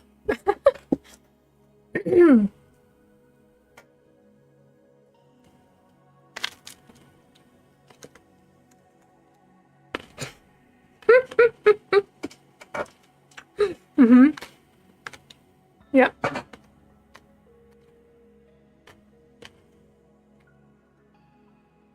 I definitely drank out of the garden hose. But really only when, like, you're in the pool and you're having fun and then you're like, well, I can't go in the house all wet, so you drink out of the hose.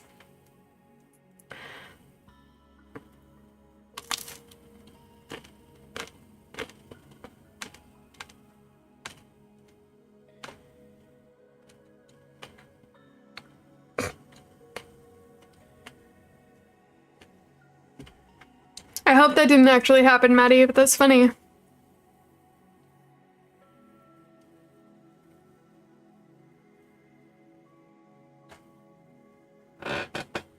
But yeah, alright, I guess it's time to send you guys off, huh?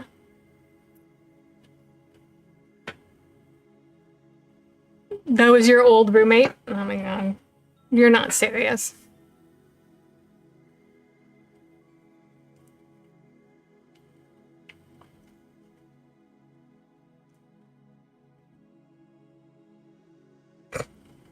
Alrighty. I will send you guys to bed. And we will be back on Tuesday with Castle reading Aragon. And then Thursday will be the Dragon and the George. Yes. Okay. So there you have it. And I don't know what we're reading next Sunday yet because you guys will have to vote in Discord. Alrighty. Thank you so much for hanging out, you guys. I appreciate you, and I hope you enjoyed the story. It's crazy. I feel like we've been reading Juliette Marie for forever. But I hope you had a good time.